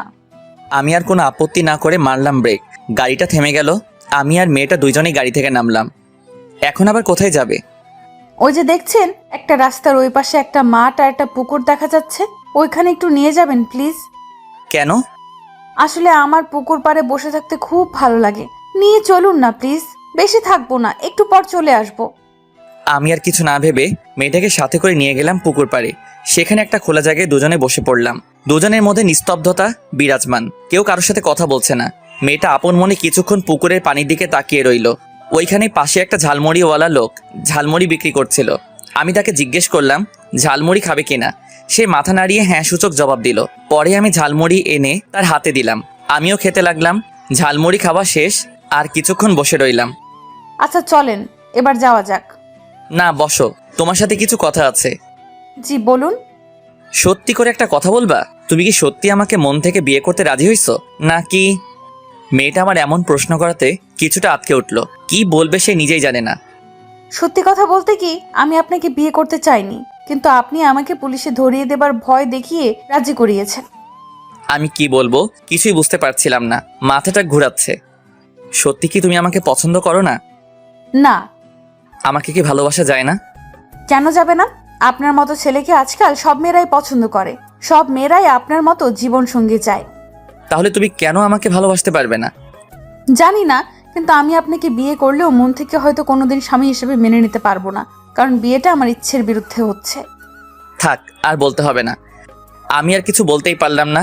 বুকের ভেতরটা কেমন যেন ব্যথা অনুভব করলাম, যার জন্য এত কিছু করছি শুধুমাত্র তার ভালোবাসা পাবো বলে। কিন্তু ছি, আমিও কত বোকা। হয়তো মেয়েটা অন্য কাউকে ভালোবাসে। কিছু না জেনে আমারও মেয়েটার মায়ায় পড়া উচিত হয়নি, কিন্তু এখন কি করব? বড্ড বেশি ভালোবেসে ফেলেছি যে, কিভাবে ভুলবো আমি তাকে? হয়তো পারবো না। না, আর মেয়েটার কাছে থাকা ঠিক হবে না। ওর যত কাছে থাকবো ততই ওর মায়ায় পড়ে যাব। তার থেকে ভালো হবে ওর থেকে দূরে সরে যাওয়া। এসব ভাবতে ভাবতেই চোখের কোণে নোনা জলগুলো বেরিয়ে আসছিল। ওকে বুঝতে না দিয়ে মাথাটা ঘুরিয়ে চোখের পানিটা মুছে ফেললাম। মনে মনে বলতে লাগলাম, খুব ভালোবাসি তোমাকে, হয়তো আজকে আমাদের শেষ দেখা। আর কিছু না বলে আমি উঠে হাঁটা শুরু করলাম। মেয়েটা অবাক হয়ে তাকিয়ে রইল, কারণ তাকে রেখেই হাঁটা শুরু করছি। 1 পা 2 পা করে সামনে এগোচ্ছি, আর ওর জীবন থেকে ধীরে ধীরে সরে যাচ্ছি। মেয়েটাও আমার পিছন পিছন হাঁটা শুরু করলো। আমি গাড়িতে বসে পড়লাম। মেয়েটাও ধীরে ধীরে এসে গাড়িতে চড়ে বসলো। আমি কোনো কথা বলছি না, কি বলবো? আর নিজের কথা বলার বাকশক্তি হারিয়ে ফেলছি। মনের মধ্যে এখন শুধু বেদনারই ঝড়। মন খুলে কাঁদতে ইচ্ছে করছিল, কিন্তু পারলাম না। গাড়ি চালাতে শুরু করলাম। কি হলো, কথা বলছেন না যে? এই যে শুনছেন। বলুন। এতক্ষণ ভাবনার বিভোর ছিলাম, তাই প্রথম ডাকটা শুনতে পাইনি। মেয়েটা কিছুটা অবাক হয়ে যায়, কারণ আমি তাকে আবার আপনি করে বলা শুরু করেছি। এটা মেয়েটা খুব ভালো করে খেয়াল করছে। এখন আবার আপনি করে বলছেন কেন? যার যে অধিকার, সেই অধিকারের মধ্যে সীমাবদ্ধ থাকা উচিত। মানে? কিছু না। আর কিছু বললো না। জানি না ওর মনে কি চলছে, তবে আমার মনে যে বেদনার আগুন দাউ দাউ করে জ্বলছে। কিভাবে ভুলবো তাকে? কি করে ভুলে থাকবো এই মায়ায় ভরা মুখখানি? না, ভুলতে আমাকে হবেই, কারণ ও আমাকে চায় না। আমি শুধুমাত্র ওর প্রয়োজন। আর তাছাড়া জোর করে ভালোবাসা আদায় করাও যায় না। এসব ভাবতে ভাবতে হঠাৎ গাড়ি থামালাম। কি হলো, গাড়ি থামালেন যে? হসপিটালে চলে আসছি। ও। আপনি যান, আমি ডাক্তার আঙ্কেলের সাথে একটু দেখা করে আসি। ওকে। অতঃপর মেয়েটা গাড়ি থেকে নেমে গেল, আমিও নামলাম। মেয়েটা ভিতরে চলে যাচ্ছে। আমি তার চলে যাওয়ার দিকে এক নজরে তাকিয়ে রইলাম। হয়তো এখনই শেষ দেখা। মনে হচ্ছিল কেউ আমার গলা চেপে ধরেছে। নিঃশ্বাস নিতে কষ্ট হচ্ছিল। চোখের কোণে আবারও পানি জমে গেল।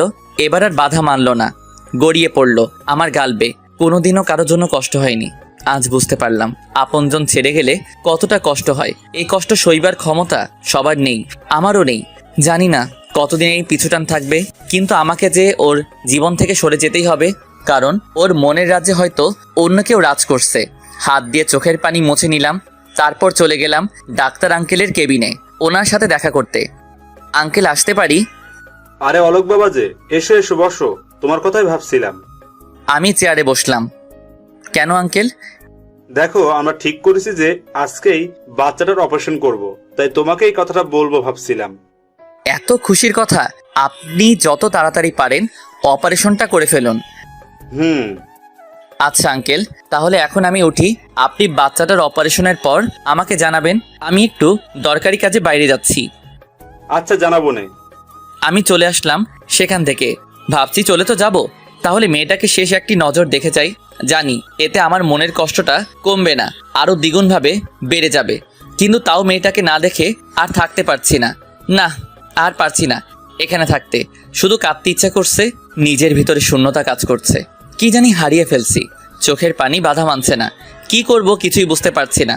আমি রুমের দিকে এগোতে লাগলাম, যেখানে মেয়েটা রয়েছে। মনের মধ্যে কেমন একটা উত্তেজনা কাজ করছে। অবশেষে দরজার সামনে এসে দাঁড়ালাম। দেখি মেয়েটা তার ভাইয়ের পাশে বসে আছে, আর ওর ভাইয়ের মাথায় হাত বুলিয়ে দিচ্ছে। আর পুচকুটা এখনো ঘুমাচ্ছে। ওকে দেখে মনে হচ্ছে কতই না সুখে আছে। আমি একবার মেয়েটির দিকে এক নজরে তাকিয়ে রইলাম। প্রায় অনেকক্ষণ তাকিয়েছিলাম দরজার সামনে দাঁড়িয়ে। কি করব?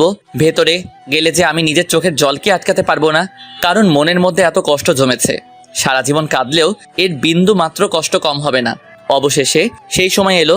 এখন বাচ্চাটার অপারেশন চলছে, আর মেয়েটা অপারেশন থিয়েটারের সামনে পায়চারি করছে আর কাঁদছে। বেশ বুঝতে পারছি খুব ভয় করছে ওর। সত্যি বলতে এখন আমার খুব ইচ্ছা করছে ওকে জড়িয়ে ধরে বলি, চিন্তা করো না, সব ঠিক হয়ে যাবে।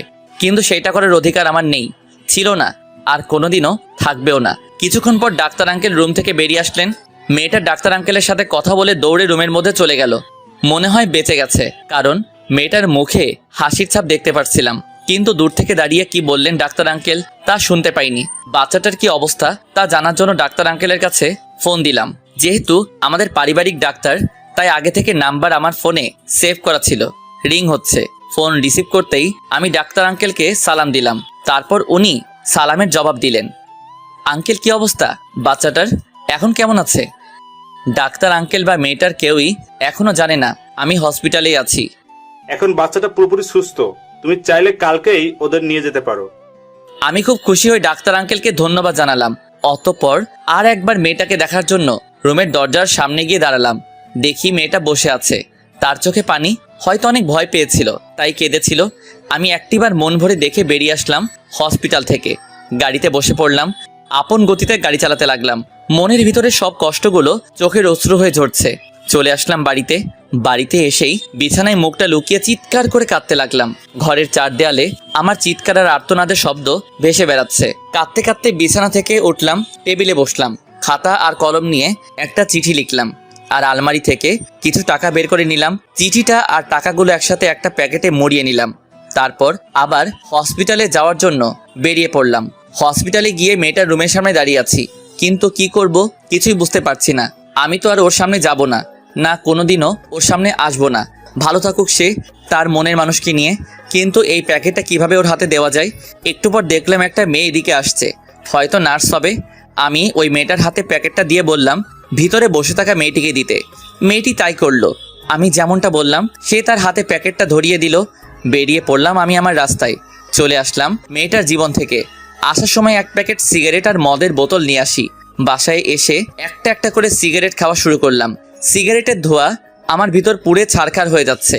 এর আগেও তো সিগারেট খেয়েছি, কিন্তু কখনো এতটা জ্বালা করেনি যতটা আজকে করছে।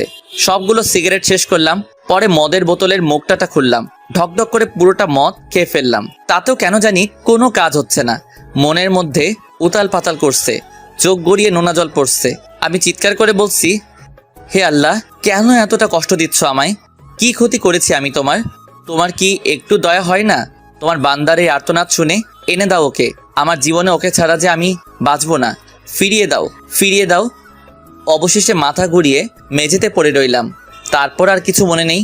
আর ওইদিকে মেয়েটার হাতে চিঠিটা দেওয়ার পর ভাবছে কে দিয়েছে চিঠিটা, কারণ আমি নার্সকে মানা করে দিয়েছি আমার কথা না বলতে। মেয়েটা চিঠিটা খুলে পড়তে শুরু করলো। ডিয়ার অজানা ভালোবাসা, জানি না কি মায়ায় পড়েছি আমি। তোমাকে না দেখে এক মুহূর্ত থাকতে পারছি না। প্রথম যেদিন রাতে তোমার সাথে আমার দেখা, তখন তোমাকে দেখার একটা কৌতূহল ছিল। আর দেখার পর সেই কৌতূহলটা ভালোবাসায় রূপ নিল, যাকে বলে লাভ এট ফার্স্ট সাইট। সেই জন্য তোমাকে নিজের করে পেতে চেয়েছিলাম, কারণ এর আগে কোনোদিনও কোনো মেয়েকে এতটা কাছ থেকে দেখিনি যতটা তোমাকে দেখছি। সত্যি বলছি, তোমার ওই কাজল কালো মায়াবী চোখ আর ঠোঁটের মাতাল করা হাসি আমি না দেখে থাকতে পারবো না। এই 2 দিনে তোমাকে নিজের থেকেও বেশি ভালোবেসে ফেলছি। কিন্তু কথায় আছে না, অতি সুখ কপালে সয় না। আমারও ঠিক তাই হয়েছে। কোনো দিন কোনো কিছুর অভাব হয়নি। না চাইতে সব কিছু পেয়ে গেছি। শুধু পাইনি কারো ভালোবাসা। তোমাকে ভালোবেসেছিলাম, ভেবেছিলাম তোমার ভাইয়ের অপারেশনের পর বিয়ে করে সুখে সংসার করব, কিন্তু তা আর হয়ে উঠল না। তুমি তো আমাকে কোনো দিনও তোমার স্বামী হিসেবে মেনে নিবে না। তাই চলে যাচ্ছি সে অচেনা অজানা পথে, যেখানে দেখা পেয়েছিলাম তোমার। ভালো থেকো, নিজের খেয়াল রেখো, আর ওই পুচকুটারও খেয়াল রাখবা, কেমন? আর হ্যাঁ, কিছু টাকা দিয়ে দিলাম, দয়া করে মনে করে ফেলে দিও না, তাহলে খুব কষ্ট পাবো। ওই টাকা দিয়ে তোমার ভাইয়ের জন্য ভালো ভালো কাপড় আর খাবার দাবার কিনে দিও। যদি তোমার তাতেও বিবেকে বাঁধে, তাহলে কোনো একদিন দেখা হলে ফেরত দিয়ে দিও। খোদা হাফেজ। চিঠিটা পড়ার সাথে সাথে মেয়েটার চোখে নোনা পানি বেরিয়ে পড়ল। মেয়েটি চিঠিটা বুকে জড়িয়ে ধরে বলল, কেন চলে গেল? একটিবারও বুঝলে না আমিও তোমাকে ভালোবাসি? তোমাকে আমি সেদিন থেকেই ভালোবেসে ফেলেছি, যেদিন তুমি আমাকে প্রথম বিয়ের কথা বলেছিলে। আমার কি একটু অভিমান করে কথা বলার অধিকার নেই? সত্যি আমি ওই কথাটা মন থেকে বলিনি। ফিরে আসো তুমি, প্লিজ একটিবার ফিরে আসো। আমাকে একটিবার সুযোগ দাও। আমি আর কোনো দিনও তোমার সাথে অভিমান করব না। প্লিজ ফিরে আসো। আমি চাইলেই তো ওর সবকিছু টাকা দিয়ে কেড়ে নিতে পারতাম, কিন্তু আমি তো তা করিনি। বিয়ে করে নিজের বউ হিসেবে স্বীকৃতি দিতে চেয়েছিলাম, কিন্তু সে তো আমাকে স্বামীর অধিকার দিবে না। তাহলে বিয়ে করে বা শারীরিক সম্পর্ক করে কী লাভ? অল্প কিছুক্ষণের সুখের জন্য মেয়েটার সবচেয়ে মূল্যবান জিনিসটি ধ্বংস করে লাভ কি? তার থেকে ভালো ওকে ওর মতো থাকতে দেই। কোনো একদিন হয়তো বুঝতে পারবে আমি ছাড়া আর কেউ তাকে নিজের থেকে বেশি ভালোবাসতে পারবে না। এসব ভাবতে ভাবতে দু চোখের কোণে অশ্রু জমে গেল। খানিকক্ষণ পরই সেগুলো গাল বেয়ে টপ টপ করে পড়তে লাগলো। জীবনটা কত আজব, তাই না? যাকে সব থেকে বেশি আপন ভেবেছিলাম আর যার জন্য আমি পাগল ছিলাম, সেই মেয়েটি আজকে আমাকে পর করে দিছে। যাক, সে ভালো থাকুক, এটাই আমি চাই। হঠাৎ মাথাটা যেন কেমন জানি ঘুরাচ্ছে, কিছু দেখতে পাচ্ছি না কেন, আর চারদিকে এত অন্ধকার কেন? আস্তে আস্তে সবকিছু অন্ধকারে হারিয়ে গেল। আমি ঘুমিয়ে গেলাম হঠাৎ। তাই ঘুমন্ত মানুষকে প্রায় মৃত ব্যক্তির ন্যায় বলা হয়ে থাকে। এইদিকে মেয়েটির চিঠিটা বুকে জড়িয়ে ধরে কান্নায় ভেঙে পড়ল, আর এইদিকে আমি নিজেকে নেশায় মাতিয়ে তুলেছি, যে নেশা আমাকে সম্পূর্ণভাবে গ্রাস করে ফেলেছে। চোখে সবকিছু ঝাপসা দেখছি, মনের মধ্যে শুধু বারবার ওই মেয়েটার মুখ। চোখ বন্ধ করলেই তাকে দেখি। এত ভালোবাসার পরও আমি তাকে পাবো না, কারণ সে আমাকে চায় না। পরের দিন, উফ, এটা কিসের আওয়াজ? কানের 12টা বেজে গেল। বুঝতে পারলাম কেউ দরজায় কড়া নাড়ছে, কিন্তু এত সকালে আবার কে এলো? আব্বু তো দেশে নেই। তাহলে কি ওনার কোনো চেনা পরিচয় লোকটা, কি অন্য কেউ? ধুর, ঘুমের 12টা বেজে গেল। যাই দেখি কে এই মহান ব্যক্তি যে এই সাত সকালে আমার ঘুম ভাঙতে কলিং বেলের সাথে যুদ্ধ করছে। আর এদিকে কলিং বেলটা বারবার বেজেই চলেছে। আরে আসছি রে বাবা, এবার থাম, বেলটা নষ্ট করে ফেলবি নাকি? অতপর আমি আস্তে আস্তে হেঁটে দরজার সামনে গিয়ে দাঁড়ালাম। অতপর দরজাটা খোলার জন্য রেডি হয়েছি। দরজাটা খোলার সাথে সাথে ঠাস ঠাস করে 2টা চরের শব্দ শুনতে পারলাম। কানের নিচে হালকা হালকা ব্যথা লাগছে কেন? তাহলে কি চর 2টা আমার গালেই পড়ছে? হ্যাঁ, তাই তো, আমার গালেই পড়ছে। কিন্তু মারলো কে? কার এত বড় সাহস আমাকে আমার বাড়িতে এসে মারে? কিছু বুঝে উঠে আগে ঠাস করে আরেকটা পড়লো। নিজেকে সামলাতে পারিনি, মেঝেতে পড়ে রইলাম। তারপর কি হয়েছে কিছু মনে নেই। অনেকক্ষণ পর চোখ খুলে নিজেকে বিছানায় আবিষ্কার করলাম। এ কি, আমি তো আমার রুমে, কিন্তু এখানে এলাম কিভাবে? ঘড়ির দিকে তাকিয়ে দেখি দুপুর হয়ে গেছে। মাথাটাও কেমন যেন ব্যথা করছে। কি হয়েছিল ধীরে ধীরে সব মনে পড়ল। কে আমাকে চর মারলো? কার এত বড় সাহস যে আমাকে চর মারে? হঠাৎ পাশে থেকে একটা কথা সুর ভেসে আসলো। কথাটি ছিল আমি মেরেছি। কথাটি শুনে পাশে তাকাতেই আমার চোখ কপালে উঠে গেল। নিজের চোখকে বিশ্বাস করতে পারছি না। সত্যি দেখছি নাকি স্বপ্ন? শিওর হওয়ার জন্য চিমটি কাটলাম নিজের হাতে। আউচ! না, সত্যি দেখছি। পাশে দাঁড়িয়ে আছে আমার বোরকাওয়ালি থুক্কো। আমার না কার তাও জানি না, যারই হোক, কিন্তু ও এখানে কিভাবে এলো? আমার বাসায় তো ওকে আগে কখনো নিয়ে আসিনি। তাহলে বাড়ির খোঁজ পেল কিভাবে? কয়েক মুহূর্তের জন্য বাক শক্তি হারিয়ে ফেলি। একটা ঘোরের মধ্যে নিজেকে স্থাপন করি। মেয়েটার গলার আওয়াজ শুনেই ঘোর কেটে গেল। কি হলো? কি ভাবছো? আমি তো মেরে গেলাম। এই কয়দিন আপনি করে ছাড়া কথা বলে নাই, আর এখন ডিরেক্ট তুবিতে নেমে গেছে। কিছু না, আপনি এখানে কিভাবে? আমি আসবো না তো কে আসবে শুনি? অন্য কেউ আছে নাকি? কি বলছেন এসব? দেখুন, আবল তাবল বকবেন না। যান, চলে যান আপনি এখান থেকে। কেন এমন করছো? আমি সত্যিই বুঝতে পারিনি তুমি আমার ওই কথাটা শুনে আমার থেকে দূরে সরে যাবে। যা বলার বলে দিছেন। আমিও চলে এসেছি আপনার জীবন থেকে। আপনি এটাই চেয়েছিলেন, তাই তো? প্লিজ বিশ্বাস করো, আমি এটা কখনো চাইনি। আমিও যে তোমাকে ভালোবাসি। ভালোবাসেন আপনি আর আমাকে? How funny! আপনার কাছে ভালোবাসা একটা খেলনা হতে পারে, আমার কাছে না। তাই হাত জোর করে মিনতি করছি, প্লিজ চলে যান। মেয়েটার চোখের দিকে তাকিয়ে দেখি চোখ লাল হয়ে গেছে। কেন তা এখনো অজানা। আর দেখি চোখ বেয়ে নোনা পানি ঝরছে। সত্যি বলছি, বিশ্বাস করো। তখন ওই কথাটা আমি তোমার উপর অভিমান করে বলেছিলাম, কারণ সেই দিন তুমি আমাকে ওইভাবে সবার সামনে কোলে তুলে নিয়েছিলে। ও, এখন বুঝছি। মহারানী এই জন্য এমন একটা কথা শুনিয়েছিল। দাঁড়াও, দেখাচ্ছি মজা। যে কারণেই বলেছিলেন তাতে আমার কি? আমি এখন অন্য কাউকে ভালোবাসি। এখন আপনি আসতে পারেন। কথাটি শোনার সাথে সাথে মেয়েটি হাউমাউ করে কেঁদে দিল। প্লিজ আমাকে মাফ করে দাও, আর কোনোদিনও এমনটি হবে না। শেষবারের মতো একটা সুযোগ দাও, আর কোনোদিনও তোমাকে কষ্ট পেতে দিব না। সরি, অনেক দেরি হয়ে গেছে, এখন আপনি আসতে পারেন।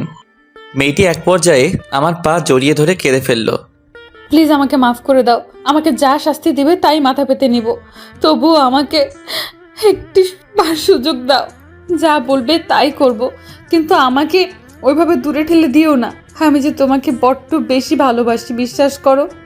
কথাটি শোনার পর বুকের ভেতরটা কেন জানি দুমড়ে মুচড়ে গেল। না, আর বাড়াবাড়ি করা ঠিক হবে না। এতে ওর শরীরের ক্ষতি হতে পারে। একদিনে চেহারার কি হাল করেছে। না থাক, আর অভিনয় করতে হবে না। এই কি করছো? উঠো বলছি, পা ছাড়ো। না, ছাড়বো না। প্লিজ আমাকে মাফ করে দাও। দরকার হলে আমি সারা জীবন তোমার চাকরানি হয়ে থাকবো, তবুও আমাকে তাড়িয়ে দিও না। কথাটা শুনে ভীষণ রাগ উঠল। চাকরানি করার জন্য কি ভালোবেসেছি নাকি? আবাল মাইয়া। ওই উঠ বলছি, পা ছাড় আমার, না হলে এখনই ঘাড় ধাক্কা দিয়ে বাড়ি থেকে বের করে দিব। কথাটা শুনে মেয়েটা আরো জোরে কাঁদতে লাগলো। আমি তাকে উঠিয়ে নিলাম। মাথা নিচু করে দাঁড়িয়ে আছে আর ফুপিয়ে ফুপিয়ে কাঁদছে। পাগলি একটা, তোর উপর কি আমি রাগ করে থাকতে পারি বল? আর কোনোদিনও ওইসব কথা বলবি না, কেমন? মেয়েটি আমাকে সঙ্গে সঙ্গে জড়িয়ে ধরে, বেশ শক্ত করে জড়িয়ে ধরছে। দেখছি জড়িয়ে ধরেই কাঁদছে পাগলিটা। বিশ্বাস করো, ওই কথাটা অভিমান করে বলেছিলাম। যদি জানতাম তুমি কষ্ট পাবে তাহলে ওই কথাটা কোনোদিনই বলতাম না। তুমি আমাকে মাফ করে দাও প্লিজ, আর কোনোদিনও এসব বলবো না। মাফ করতে পারি, তার আগে কিছু কথা আছে। আমাকে মারলা কেন? আরো শক্ত করে জড়িয়ে ধরছে। এমন মনে হচ্ছে যেন কেউ আমাকে ওর কাছ থেকে দূরে সরিয়ে নিয়ে যেতে চাচ্ছে, কিন্তু ও ওর সবটুকু শক্তি দিয়ে আগলে রাখার চেষ্টা করছে। আমাকে ছেড়ে চলে এসেছিলে কেন? জানো কালকে সারা রাত ঘুমাইনি, তোমার কথা ভেবে কাঁদছি। আর জানো, আমার ভাইয়ের যখন অপারেশন চলছিল তখন তোমাকে অনেক খুঁজেছি। আমার অনেক ভয় করছিল, তোমাকে পাশে আশা করেছিলাম, কিন্তু তুমি কোথাও ছিলে না। কেন চলে গিয়েছিলা জানো? কত ভয় পেয়েছি। এর জন্য কি 3টা চড় মারার দরকার ছিল? বেশ করেছি। এরপর চলে যাওয়ার কথা বলে ঠ্যাং ভেঙে ঘরে বসিয়ে রাখবো। ওরে বাবারে, কি বলছো এসব? তাহলে তো কোথাও যেতে পারবো না দেখছি। কোথাও যেতে দিলে তো যাবে। কিন্তু আমার একটা শর্ত আছে, মানলে থাকবো, না মানলে এখনই চলে যাব। মেয়েটি আমাকে ছেড়ে দিল। কি শর্ত বলো? যা বলবে তাতেই রাজি, তবুও ছেড়ে যাওয়ার কথা বলবে না। সত্যি যা বলবো তাই করবা? করব। বলো কি করতে হবে? আমাকে চড় মারছো, এর জন্য শাস্তি পেতে হবে। যা শাস্তি দেবে মাথা পেতে নিব। বলো কি শাস্তি প্রাপ্য আমার? আমি একটা শয়তানি হাসি দিয়ে বলি, যে চড়গুলো মারছো অনেক ব্যথা পাইছি। এর শাস্তি হলো আমি যতক্ষণ চাইবো ততক্ষণ কিস করতে হবে আমাকে। যা দুষ্টু, খালি শয়তানি বুদ্ধি। করবা কিনা বলো? পারবো না। তাহলে গেলাম বাই বলেই পেছন মুখ ফিরে হাঁটা শুরু করলাম। তখনই পেছন থেকে মারলো এক টান। ওপাশ ফিরতেই মেয়েটা আমার ঠোঁটের সাথে তার সুন্দর ঠোঁটজোড়া মিলিয়ে দিয়ে ধরে রাখলো। দুইজনে সুখের রাজ্যে হারিয়ে গেলাম। প্রায় 10 মিনিট পর ছেড়ে দিল। আমি তো শেষ, আমার দম যায়। আর এদিকে তাকিয়ে দেখি মেয়েটা হাসছে। আমি অবাক না হয়ে পারছি না। আমার অবস্থা খারাপ হয়ে গেছে, আর ওর কিছুই হয়নি। ওই হাসছো কেন? তোমার অবস্থা দেখে। পাজি মেয়ে একটা। এই আমি পাজি না, বুঝছো? যা চাইছো তাই দিছি, আরো লাগলে বলো। না থাক। আচ্ছা, আমার গালটা লাল হয়ে গেছে আর কানের পাশে এখনো ব্যথা করছে। কি খাও বলো তো? এত জোরে কেউ থাপ্পড় মারে? কই দেখি দেখি, কোথায় ব্যথা করছে দেখি। এই তো গালে। ও সত্যিই অনেক জোরে লাগছে। আচ্ছা, ওষুধ দিচ্ছি। মেয়েটার সাথে সাথে আমার 2 গাল কিস করে ভরিয়ে দিল। এটা কি ওষুধ দিলা? মিষ্টি ওষুধ। কেন, ভালো লাগে নাই? আরো লাগবে নাকি? তোমার একটু শরম করে না বুঝি? কেন শরম করবে শুনি? আমি আমার স্বামীকেই তো দিছি, এতে শরমের কি আছে? তোমাকে আর বিয়েই করব না। বিয়ের আগে এত মারলা, বিয়ের পর না জানি আমার কি অবস্থা করবে। সমস্যা নাই, আদরও বেশি বেশি করব। আমার স্বামীকে আমি মারবো, তাতে তোমার কি? যাও, তাহলে তোমাকে বিয়েই করব না। মুখ ফিরিয়ে নিলাম। মেয়েটা আমার গালে হাত দিয়ে তার দিকে ঘুরিয়ে নিল। কাকে বিয়ে করবে শুনি? অন্য কাউকে। কথাটা শুনে রাগে ফুলে গেছে। অন্য কাউকে মানে কাকে? নাম কি তার? থাকে কোথায়? তোমাকে বলবো কেন? আমার কলার টেনে। কাকে বলবি শুনি? কাউকে না। মারলো এক চর। বলেন তো, এইভাবে চর খেলে কতদিন আর সংসার করা যাবে? না, এই মেয়েকে দেখছি বিয়েই করা যাবে না। অন্য মেয়ের কথা মুখে কেন? তোর মাথায় আসলেও তোর মাথা কেটে ফেলে দিব। ওলে বাবালে বললেই হলো। দেখ, ভালো করে বলছি, শুনে নে। আমাকে ছাড়া কারোর দিকে তাকালে তোর চোখ উপড়ে ফেলে দিব। আমি কি দেখতে কম সুন্দর নাকি বাকি মেয়েদের থেকে? অন্যদের কাছে থেকে যা নিতে চাস তা কি আমার কাছে নেই? তোর যা ভালোবাসা লাগবে আমাকে বলবি, আমি দিব। তবুও অন্য কোনো মেয়ের নাম মুখে আনবি না। যদি আনিস তো তোর মুখ সেলাই করে দিব। আমি তো মেরে গেলাম। কি গুন্ডি মেরে বাবা, বিয়ের আগে এত শাসন করছে। না জানি বিয়ের পর কি হাল করে ছাড়বে, আল্লাহ জানে। তবে মনে মনে এটা ভেবে খুব খুশি যে মেয়েটা আমাকে তার জীবনের থেকে বেশি ভালোবাসে, তাই তো এমন রাগ দেখায়। আচ্ছা বলবো না। সাথে সাথে মেয়েটা আমাকে জড়িয়ে ধরে কেঁদে দিল। আমাকে কোনোদিনও ছেড়ে যাবে না তো? আমিও তাকে শক্ত করে জড়িয়ে ধরি। না। সত্যি তো? কথা দাও, যতই ঝগড়া হোক, যাই বলি না কেন আমাকে ছেড়ে যাবে না? কারণ আমি রাগের মাথায় কী সব বলি তা আমি নিজেই জানি না। আচ্ছা যাব না, প্রমিস। ওর কপালে আলতো করে একটা ভালোবাসার পরও সেঁকে দিলাম। আচ্ছা তুমি এখানে কি করে এলে, আর আমার বাড়ি বা ঠিকানা পেলে কিভাবে? ডাক্তার আঙ্কেলের কাছ থেকে তোমাদের বাড়ির ঠিকানা নিয়ে সকালে সোজা চলে এসেছি। ও আচ্ছা, ভালো করেছো। তা আমার শালাবাবুটা কোথায়, এখন কেমন আছে? এই একদম শালা বলে ডাকবা না বলে দিলাম। শালাকে শালা বলে ডাকবো না তো কি বলে ডাকবো শুনি? তনয় বলে ডাকবা। আচ্ছা, কিন্তু ও এখন কেমন আছে? আর ওকে কি বাড়িতে নিয়ে গেছো? না, এখনো হসপিটালে আছে, আর এখন আগের থেকে অনেক ভালো আছে। তোমার কথাও কয়েকবার জিজ্ঞাসা করেছিল, আমি বলছি তুমি কাজে ব্যস্ত। যাক, শালার তাহলে দুলাভাইয়ের প্রতি টান আছে দেখছি। আবার? আচ্ছা যাও, ফ্রেশ হয়ে আসো, আবার হসপিটালে যেতে হবে তো। তুমি ফ্রেশ হবে না? হব। যাও তুমি আগে ফ্রেশ হয়ে আসো। না, তুমি চলো আমার সাথে, একসাথে ফ্রেশ হব। আমি মেরে গেলাম। বলে কি, মেয়েটা পাগল নাকি? ওই লজ্জা শরমের মাথা খাইছো নাকি? যাও গিয়ে ফ্রেশ হয়ে আসো। আমি কিছু জানি না, তুমি যাবা কিনা বলো, না হলে আমি এখনই চলে যাচ্ছি। কি আর করার, যেতেই হবে। উফ, আর পারা যায় না। আচ্ছা চলো। হাসছো কেন? আমাকে কোলে নাও। কি বলছো? দেখো এবার কিন্তু বেশি বেশি হইতাছে। বেশির কি দেখলে? হ্যাঁ, সবে তো মাত্র শুরু, এরপর সামনে আরো অনেক অত্যাচার সহ্য করতে হবে যে তোমাকে। আমি আর কি বলবো, বলার মতো ভাষা খুঁজে পাচ্ছি না। সত্যি মনে হয় হেতি পুরাই পাগল। কি আর করার, অবশেষে ওকে কোলে করে নিয়ে যেতে হলো। আজকে মনে হয় আটার বস্তার পেটে খাবার পড়েনি, কেমন হালকা হালকা লাগছে, ওজন কমে গেল নি। অবশেষে দুজনে ওয়াশরুমে ঢুকলাম, তারপর যা ঘটেছে তা ইতিহাস। অতপর দুইজনে ফ্রেশ হয়ে বেরিয়ে এলাম। আমার দিকে তাকিয়ে মেয়েটা শয়তানি হাসি দিচ্ছে। আমার কিছু একটা ঘটকা লাগছে, তাই কিছু বললাম না। আমি রেডি হওয়ার জন্য আমার রুমে কাপড় পরতেছি, এমন সময় হুট করে মেয়েটা সামনে এসে দাঁড়ালো। আমি লজ্জায় মাথা ঘুরিয়ে নিলাম। ওই তুমি এখানে কেন? দেখছো না আমি রেডি হচ্ছি? তাই তো দেখছি।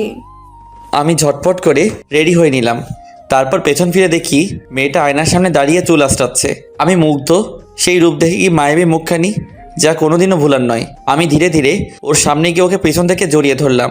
কোমরে হাত দিতেই ও চোখ বন্ধ করে ফেললো, আর আমি ওর চুলের ঘ্রাণে মাতাল হয়ে গেলাম। ধীরে ধীরে কানের কাছে আমার মুখটা নিয়ে বললাম, আই লাভ ইউ। সঙ্গে সঙ্গে ও আমাকে পিছন মুখ ফিরে খুব শক্ত করে জড়িয়ে ধরলো। Love you too. বেশ কিছুক্ষণ এইভাবে জড়িয়ে ধরে থাকি দুজন দুজনকে। অতপর দুজনে বেরিয়ে পড়লাম হসপিটালে যাওয়ার জন্য।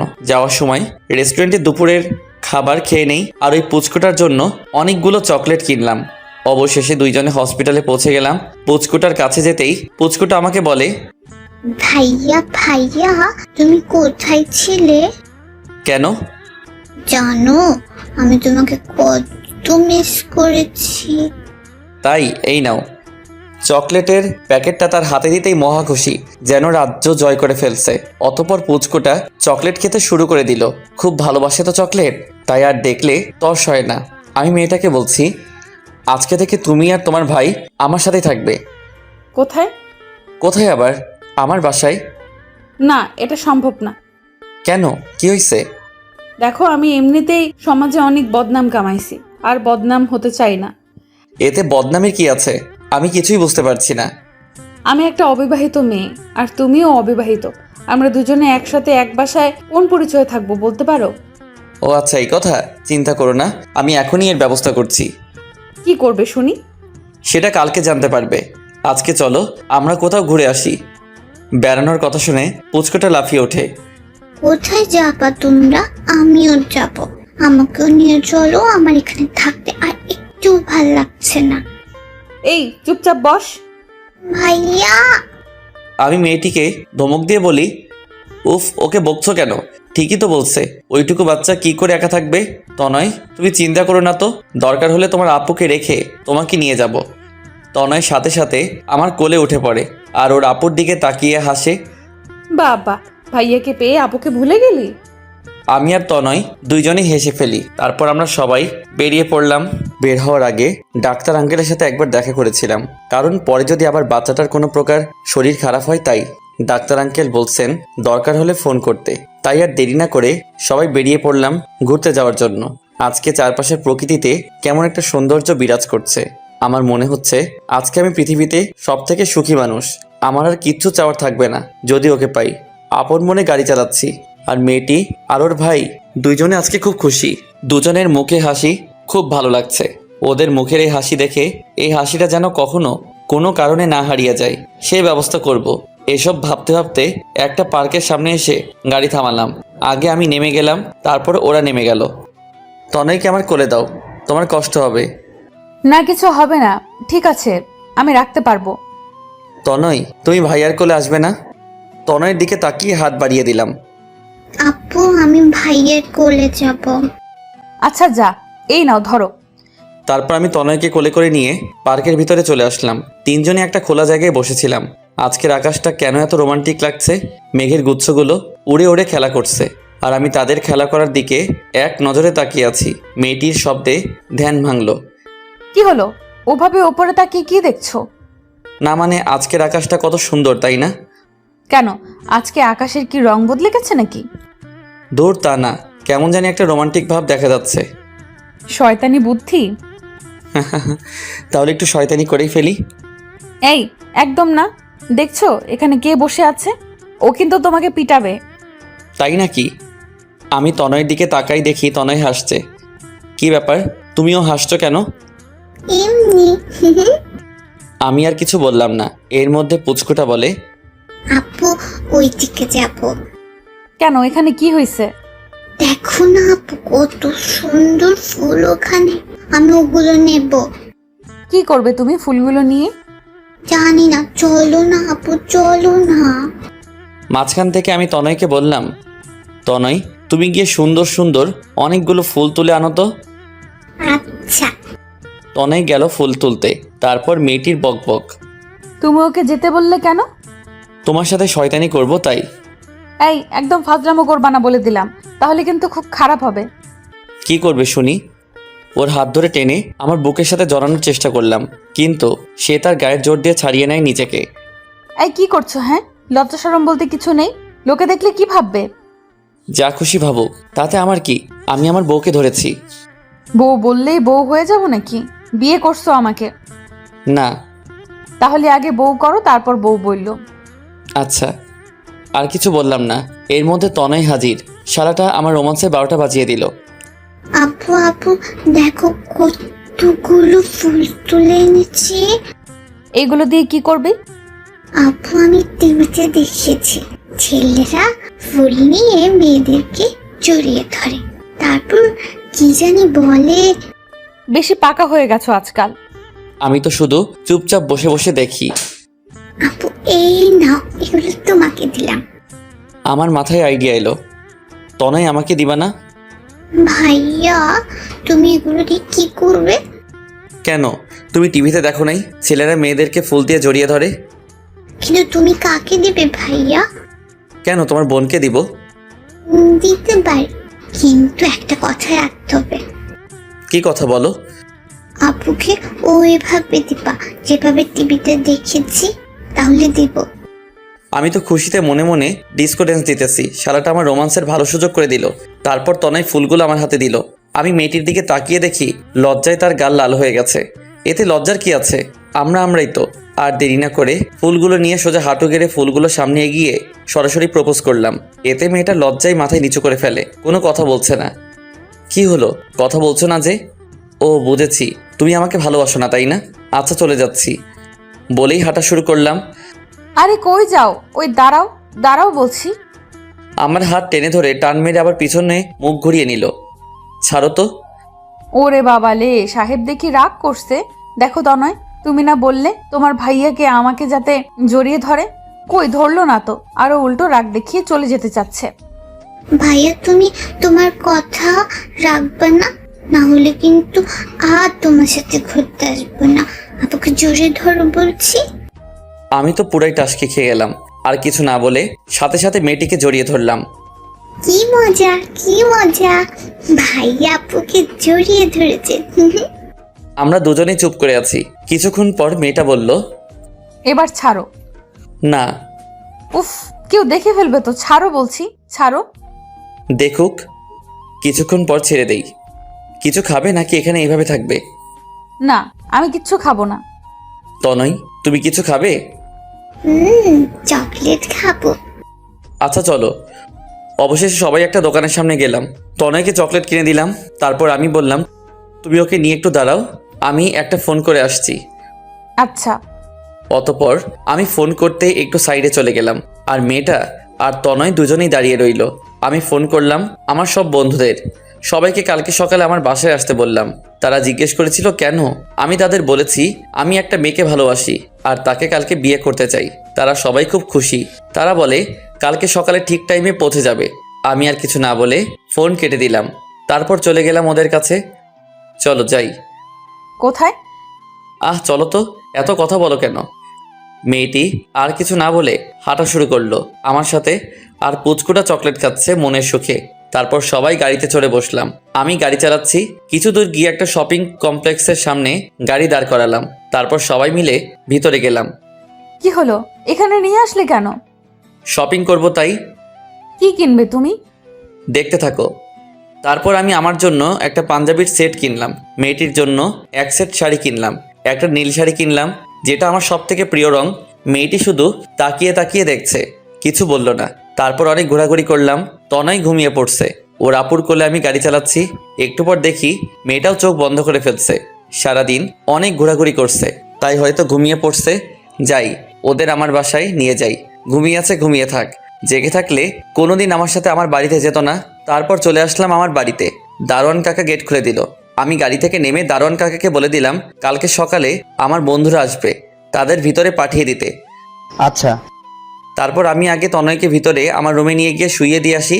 এসে তারপর মেয়েটাকে ভিতরে নেওয়ার জন্য কোলে তুলে নিলাম। তার ঘুমন্ত চেহারা দেখে আমি বারবার তার উপর ক্রাশ খাই। সত্যি খুব মায়াবী চেহারা। এই মুখটা না দেখে একদিনও থাকা আমার জন্য অনেক কষ্টকর। এই মায়াবতীকে সারা জীবন আমার পাশে চাই। কালকে সারা জীবনের জন্য ওকে আপন করে নিব। মেয়েটাকে রুমে এনে শুইয়ে দিলাম, আর ওর কপালে আলতো করে একটা ভালোবাসার পরশ এঁকে দিলাম। ওখানেই পাশে একটা চেয়ার নিয়ে বসে ওর হাত ধরে রেখেছি। মনে মনে ভাবছি, তোমার জীবনের সব কষ্টকে আমি আমার নিজের করে নিতে চাই। আর কোনোদিনও তোমাকে কাঁদতে হবে না। তোমার পাশে মরার শেষ মুহূর্ত পর্যন্ত থাকবো। যত যাই হোক, কোনোদিনও তোমাকে ছেড়ে দিব না। তোমার এই হাতটি খুব শক্ত করে জড়িয়ে ধরে থাকবো সারা জীবন। আপন মনেই এসব কথা ভেবে নিজেকে খুব সুখী মনে হচ্ছে। একটু পরে মনে পড়লো কেউ তো এখনো রাতের খাবার খায়নি। ওকে কি ঘুম থেকে ডেকে তুলবো? না থাক, এখন একটু ঘুমাক। সারাদিন অনেক ধকল গেছে। আমি বরং যাই, গিয়ে দেখি কিচেনে কিছু পাই কিনা। মেয়েটির গায়ে চাদর দিয়ে ঢেকে দিয়ে কিচেনে চলে আসলাম।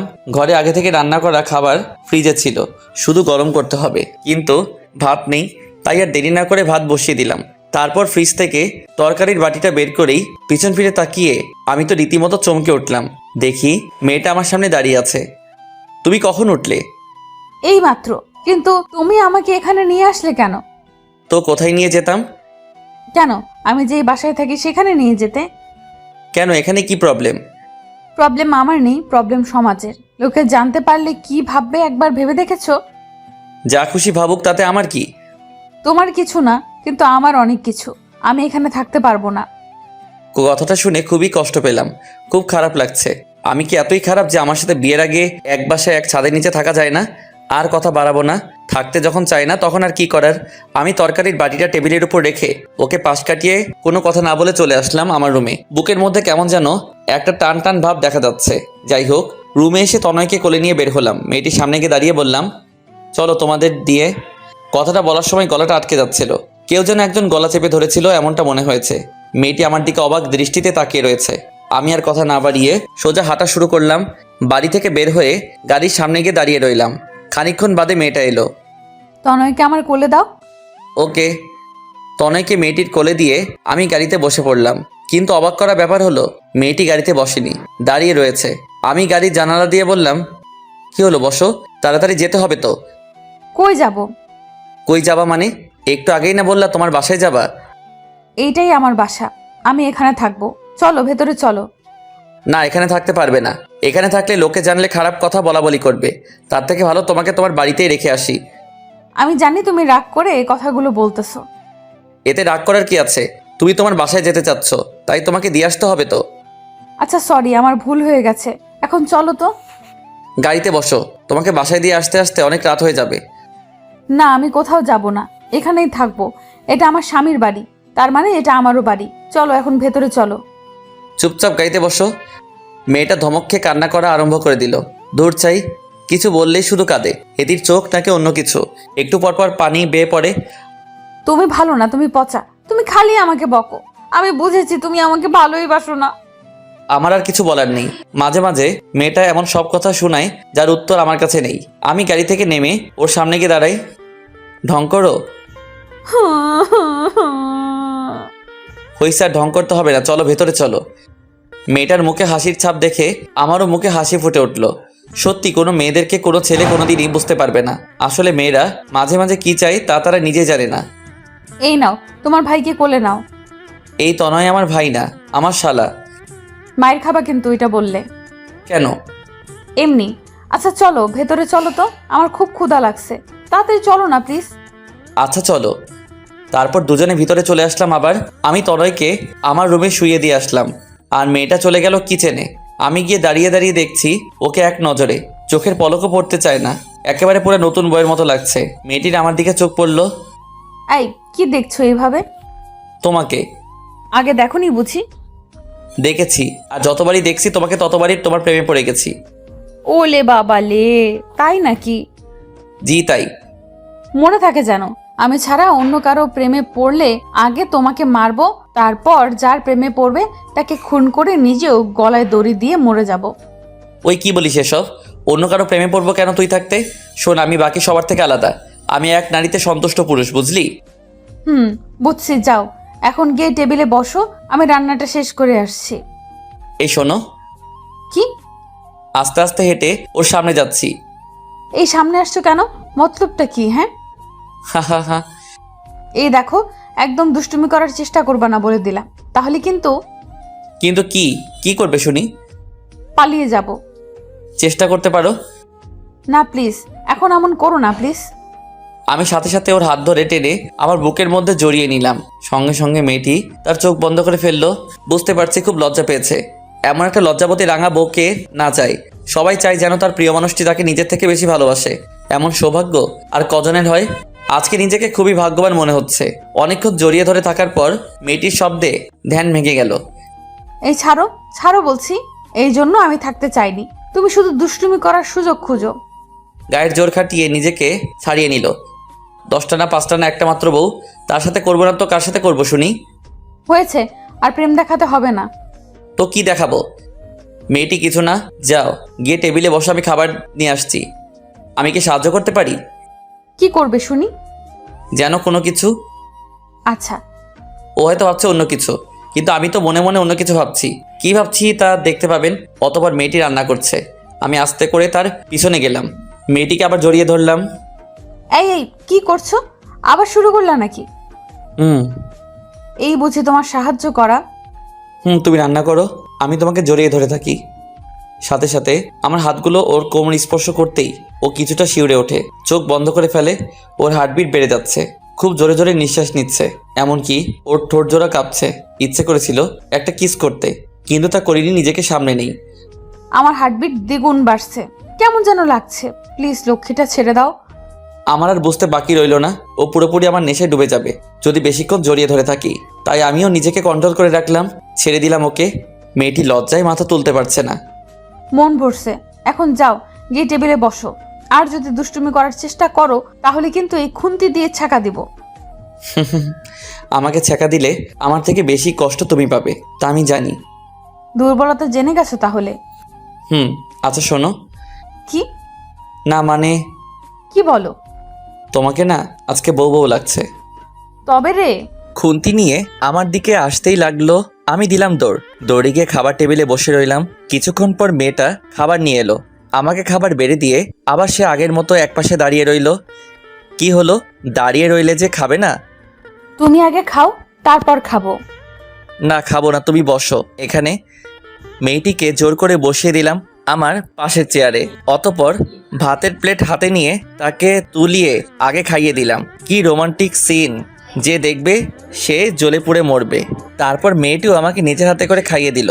খাওয়ানোর সময় আমি 2-1 বার ওর হাতে কামড় দিই। ও কিছু বলে নাই, শুধু হাসে, আর আমি শুধু তাকিয়ে তাকিয়ে দেখি। তারপর খাওয়া দাওয়া শেষ করে সোফায় বসে বসে ফোন টিপছি, আর মেয়েটা কিচেনে একটু কাজ করছে।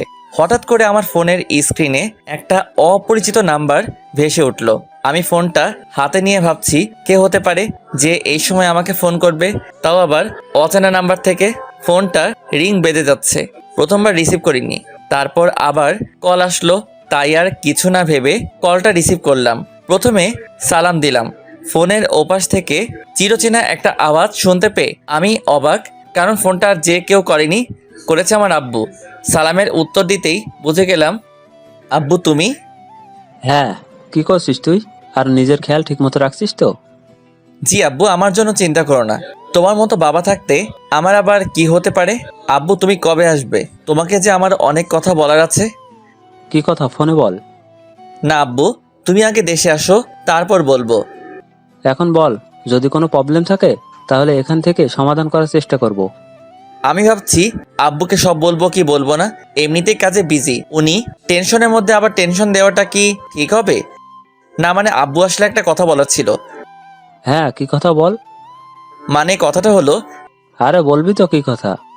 আমি আর দেরি না করে ঝটফট বলে দিলাম, যা হবার হবে। আব্বু, আমি একটা মেয়েকে ভালোবাসি, আর আগামীকাল তাকে বিয়ে করতে যাচ্ছি। আমি ভেবেছিলাম হয়তো আব্বু তার একমাত্র ছেলের ভালোবাসাটা বুঝবে, কিন্তু তা হয়নি। তোর সাহস তো কম না? এতদিন তোকে খাইয়ে পরিয়ে মানুষ করেছি এজন্য যে তুই আমার অনুমতি ছাড়া বিয়ে করবি, তা আবার অন্য মেয়েকে?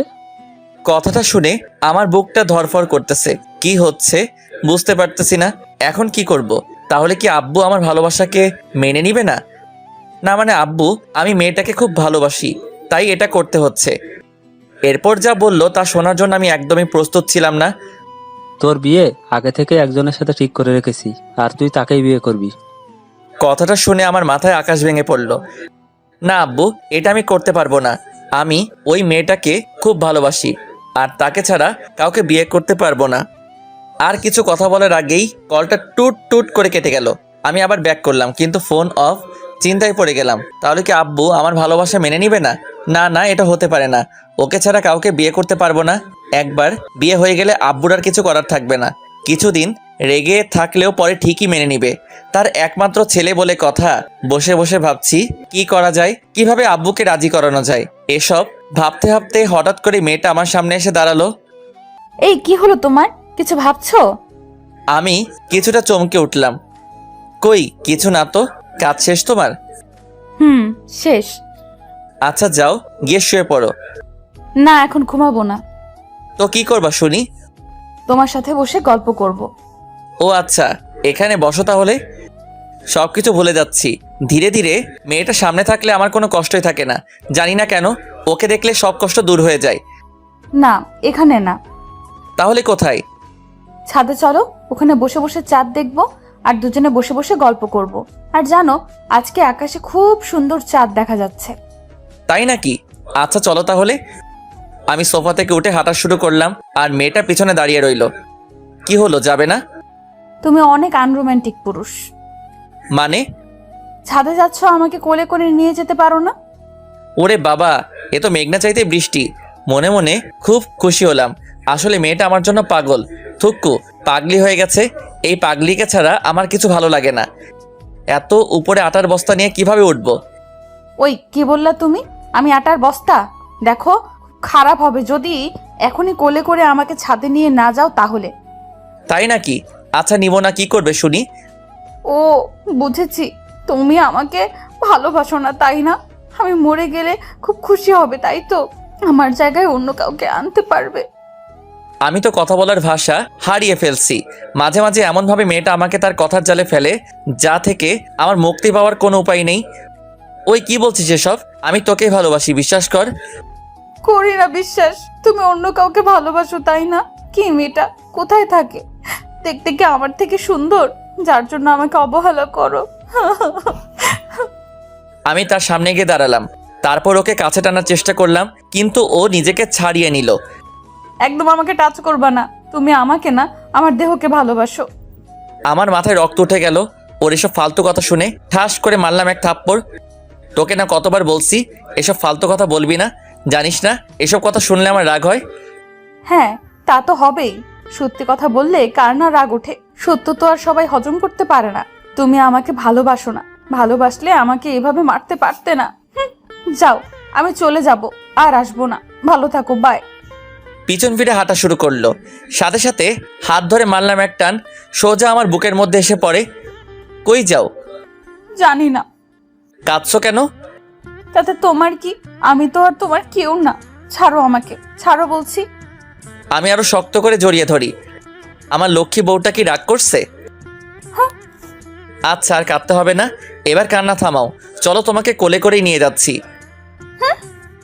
মেয়েটিকে কোলে নিয়ে আমি সিঁড়ি বেয়ে ছাদে উঠছিলাম। মনে হচ্ছিল কোনো ময়দার বস্তাকে কোলে নিচ্ছি।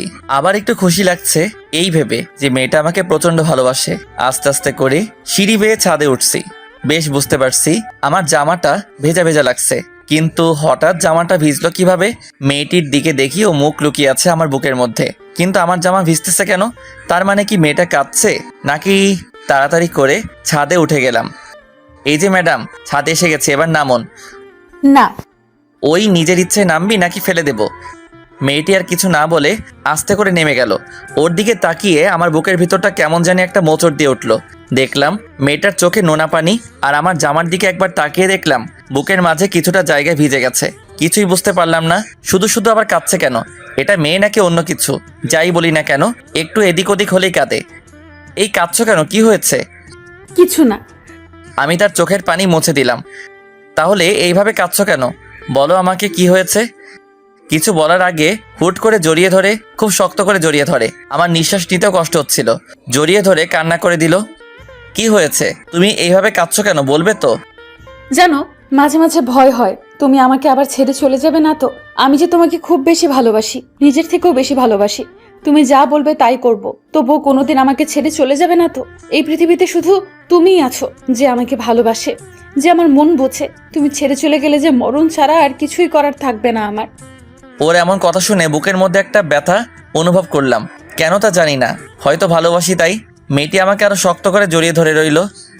আচ্ছা, একটা কথা বলি। একটা না, হাজারটা বলো। অনুমতি নেওয়ার দরকার হবে না। বিনা অনুমতিতে যা খুশি করতে পারো। সবকিছু তোমার নামে দিয়ে দিছি। আচ্ছা, আমাকে এত ভালোবাসো কেন? জানি না। বলবে নাকি চলে যাব? বললাম তো জানি না। আরো শক্ত করে জড়িয়ে ধরলো চলে যাওয়ার কথা শুনে। আচ্ছা ছাড়ো আমাকে, আমি চলে যাব। তুমি ভালো না, এত কষ্ট করে কোলে নিয়ে ছাদে নিয়ে আসলাম, কোথায় একটু আদর করবে তা না, শুধু কেঁদেই যাচ্ছে। মেয়েটি আমাকে ছেড়ে দিল, আর সেই সাথে কান্নাও থেমে গেল। কই যাবা? যেখানে খুশি। তোমার কি? আমারই সব, বুঝেছ? মানে? মানে কিছু না, ওইদিকে দেখো। আমি মাথা ঘোরাতেই ও আমার গালে একটা চুমু খেলো। এইটা কি হলো? আমি তো হতবাক হয়ে গেলাম, কারণ আমি বুঝতে পারিনি ও আমাকে এইভাবে চুমু খাবে। কেন আদর করলাম? তুমি না বললে আমি তোমাকে আদর করি না, তাই তো আদর করে দিলাম। এটা ধোঁকা, আদর না। তুমি আমাকে না বলে আমার গালে চুমু খেলে কেন? কেন, এর জন্য আবার অনুমতি নিতে হবে নাকি? নিতে হবে মানে 100 বার নিতে হবে, কারণ গালটা আমার, আর এটা সরকারি কোনো জিনিস না যে কেউ মন চাইলেই নিয়ে যাবে। এখন ওইটাতে শুধু আমার অধিকার, বুঝলে? তাহলে আমিও তাই করব। কি করবে শুনি? আর কিছু না বলে সঙ্গে সঙ্গে ওর ঠোঁট জোড়ার সাথে আমার ঠোঁট জোড়া লাগিয়ে দিলাম। ও আমার নেশায় পুরোপুরি ডুবে গেল। প্রায় 10 মিনিট পর ছেড়ে দিলাম। দুজনেই হাঁপাচ্ছি। তুমি ভালো না, তুমি পচা। এইভাবে কেউ হুট করে কিস করে নাকি? যদি মরে যেতাম? আমি আছি তো, আবার কিস দিয়ে বাঁচিয়ে দিতাম। লুচু কোথাকার, আমাকে যা করার করবে, কিন্তু অন্য মেয়ের নামও মুখে আনবে না, কেমন? আচ্ছা। পরে দুজনেই ছাদে রাখা দোলনার উপরে বসে দোল খাচ্ছিলাম, আর চাঁদের আলো উপভোগ করছিলাম। আজকে চাঁদেরও হিংসা হচ্ছে আমাদের দেখে, তাই ধীরে ধীরে চাঁদটাও মেঘের আড়ালে হারিয়ে গেল। অনেক রাত পর্যন্ত দুজনে বসে গল্প করছি। তারপর আবার রুমে আসার আগে সেই আগের বায়না ধরলো, কোলে নিতে হবে, না হলে রুমে যাবে না।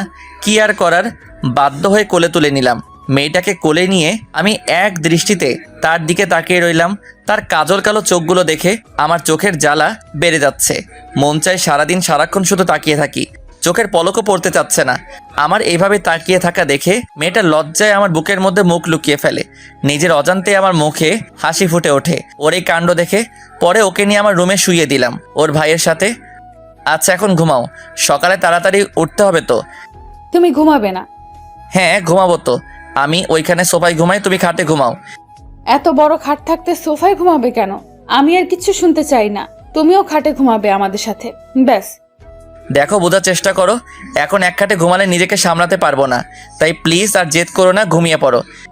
যা খুশি করো, বাধা দিছে কে? আগেও বলেছি, এখনো বলছি, আমি আমার সব কিছু তোমাকে দিয়ে দিছি, তাই বেশি কথা না বলে চুপচাপ এখানে এসে ঘুমাও, আমি তোমার বুকে ঘুমাবো। এসব পাগলামি বন্ধ করো তো, ঘুমিয়ে পড়ো, অনেক রাত হইছে। দেখো, চুপ এখানে শুয়ে পড়ো, না হলে কিন্তু। কিন্তু কি? মেয়েটি শুয়ে থাকা অবস্থা থেকে উঠে দাঁড়ালো, ঠাস করে একটা বসিয়ে দিল আমার গালে। আমি তো অবাক, এটা মেয়ে নাকি আরো কিছু বলার আগে চর বসিয়ে দেয়। গালে হাত দিয়ে দাঁড়িয়ে রইলাম চুপচাপ, মনে মনে আবার খুব খুশি লাগছে। এইরকমই তো মিষ্টি একটা বউ চাই, যে কথায় কথায় রাগ করবে, কিছু হলে শাসন করতে শুরু করবে। কিরে চুপচাপ দাঁড়িয়ে আছিস যে? এখনো কি অন্য জায়গায় ঘুমানোর ইচ্ছা আছে নাকি? তোর সাথেই আর থাকবো না, খালি কথায় কথায় মারস। তুই থাক, আমি গেলাম। কই যাবি শুনি? এক পা নড়লে ঠ্যাং ভেঙে হাতে ধরিয়ে দেব। খালি রাগ দেখাতেই পারিস। চুপচাপ এখানে শুয়ে পড়ো বলছি, না হলে আরো পড়বে।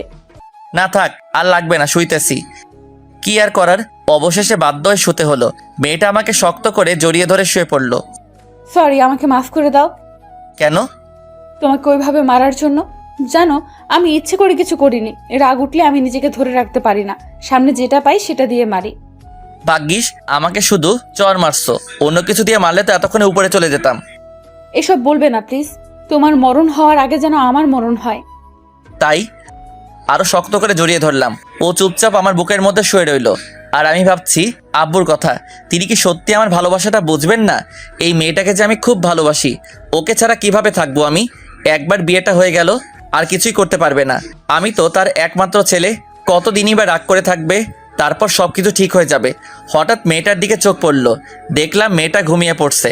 ওর ঘুমন্ত চেহারা দেখে আমার কেমন যেন একটা অনুভূতি জাগছে। পুরো ছোট বাচ্চাদের মতো আমাকে জড়িয়ে ধরে ঘুমিয়ে আছে।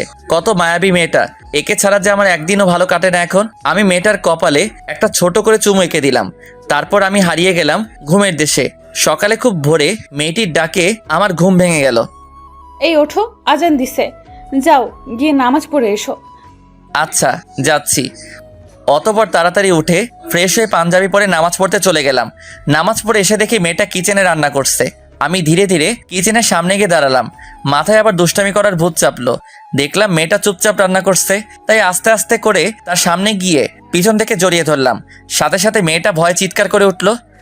আরে চিৎকার করছো কেন? তুমি কখন আসলে? এই সবে মাত্র এলাম, এসেই তো তোমাকে। চুপ, লুচু কোথাকার, এসেই দুষ্টুমি শুরু করে দিছো। বারে, তুমি না কালকে রাতে বললে যা খুশি করতে পারি, তুমি কিছুই বলবে না? আচ্ছা হয়েছে, এখন যাও গিয়ে টেবিলে বসো, আমি ব্রেকফাস্ট রেডি করে আনছি। না, আমি এখানেই থাকবো, আর এভাবে জড়িয়ে ধরে থাকবো। তুমি রান্না করো, আমি দেখছি। উফ, তোমাকে নিয়ে আর পারা যায় না। আচ্ছা থাকো, কিন্তু দুষ্টুমি করবে না। আমি তো দুষ্টুমি করবই, তার জন্যই তো ধরেছি। বলেই আমার হাত ওর কোমর স্পর্শ করলো। সাথে সাথে ও কিছুটা শিউরে উঠে চোখ বন্ধ করে ফেলে। দেখো, খুব খারাপ হচ্ছে কিন্তু। হোক, তাতে কার কি? আমি আমার বউকে ধরেছি, তাতে তোমার কি? মেয়েটা আর কিছু না বলে এক ঝটকে নিজেকে ছাড়িয়ে নিল। হয়েছে, এত বউ বউ করতে হবে না, বিয়েটা হোক আগে, তারপর বউ বউ করো। এখন যাও গিয়ে টেবিলে বসো বলছি। দূর, তুমি খালি আমাকে বকা দাও। যাও, আমি আর তোমার কাছে আসবো না। বলেই হনহন করে হেঁটে চলে আসলাম। এসেই টেবিলে বসে রইলাম। এর মধ্যে বন্ধুর ফোন। রাকিব কল দিছে। রাকিব আমার বেস্ট ফ্রেন্ড। কলটা রিসিভ করলাম। কিরে, সব কিছু রেডি তো? দোস্ত, সবকিছু রেডি, তুই খালি বল কয়টা বাজে যেতে হবে। 10টা বাজে। সবাই জায়গা মতো এসে পড়িস, আর বাকিদেরও সাথে করে নিয়ে আসিস, কেমন? আচ্ছা, তুই চিন্তা করিস না, আমরা সবাই ঠিক সময় চলে আসবো। আর শোন, লামিয়া আর বৃষ্টিকে আমার বাড়িতে পাঠিয়ে দিস ওকে রেডি করানোর জন্য। লামিয়া আর বৃষ্টি ওরাও আমার বেস্ট ফ্রেন্ড। আচ্ছা, কিন্তু দোস্ত, ভাবি দেখতে কেমন? গেলেই দেখতে পাবি। এখন রাখ, ঠিক সময় মতো চলে আসিস। আচ্ছা। ফোন কেটে দিলাম। কিছুক্ষণ পর মেয়েটা এলো। আমি ভাবলাম সব কিছু শুনে ফেললো নাকি। না, তা কিভাবে হবে? ও তো কিচেনে ছিল, ও কিভাবে শুনবে? ম্যাডামের ব্রেকফাস্ট এতক্ষণে রেডি হয়েছে তাহলে? নাও খাওয়া শুরু করো। তনয় কোথায়? ও খাবে না? ও এখনো ঘুমাচ্ছে, তুমি খেয়ে নাও। ও উঠলে আমি ওকে খাইয়ে দেবনি। তুমি খাবে না? আমি পরে খাবো, তুমি আগে খেয়ে নাও। না, তুমি এখন খাবে আর আমাকে নিজের হাতে খাইয়ে দিবে, না হলে আমিও খাবো না। সব সময় তো জেদ করো কেন তুমি? নিচে তুলে খেতে পারো না? না, খেতে পারি না। হইছে, যাও, খাবো না, তুমি একাই খাও। বলেই উঠে পড়লাম টেবিল থেকে। আরে আরে কই যাও, বসো বলছি। না। আচ্ছা বসো, খাইয়ে দিচ্ছি, আর ঢং দেখাতে হবে না। খুশি মনে বসে পড়লাম আর ও আমাকে তুলে খাইয়ে দিতে লাগলো। আমিও তাকে নিজের হাতে তুলে খাইয়ে দিলাম। খাওয়া দাওয়া শেষ হতেই তনয়ের গলার আওয়াজ শুনতে পেলাম পাশের রুম থেকে, কারণ আমার রুমটা নিচে। তনয় আপু আপু করে ডাকছে। মেয়েটা টেবিল থেকে উঠে তাড়াতাড়ি দৌড়ে গিয়ে ওর ভাইকে কোলে নিয়ে রুমের বাইরে আনলো। উঠে গেছে শালা বাবু, হা হা হা। এই চুপ, কি বলছো? হ্যাঁ, ও কিন্তু তোমাকে পিটাবে, তাই না তনয়?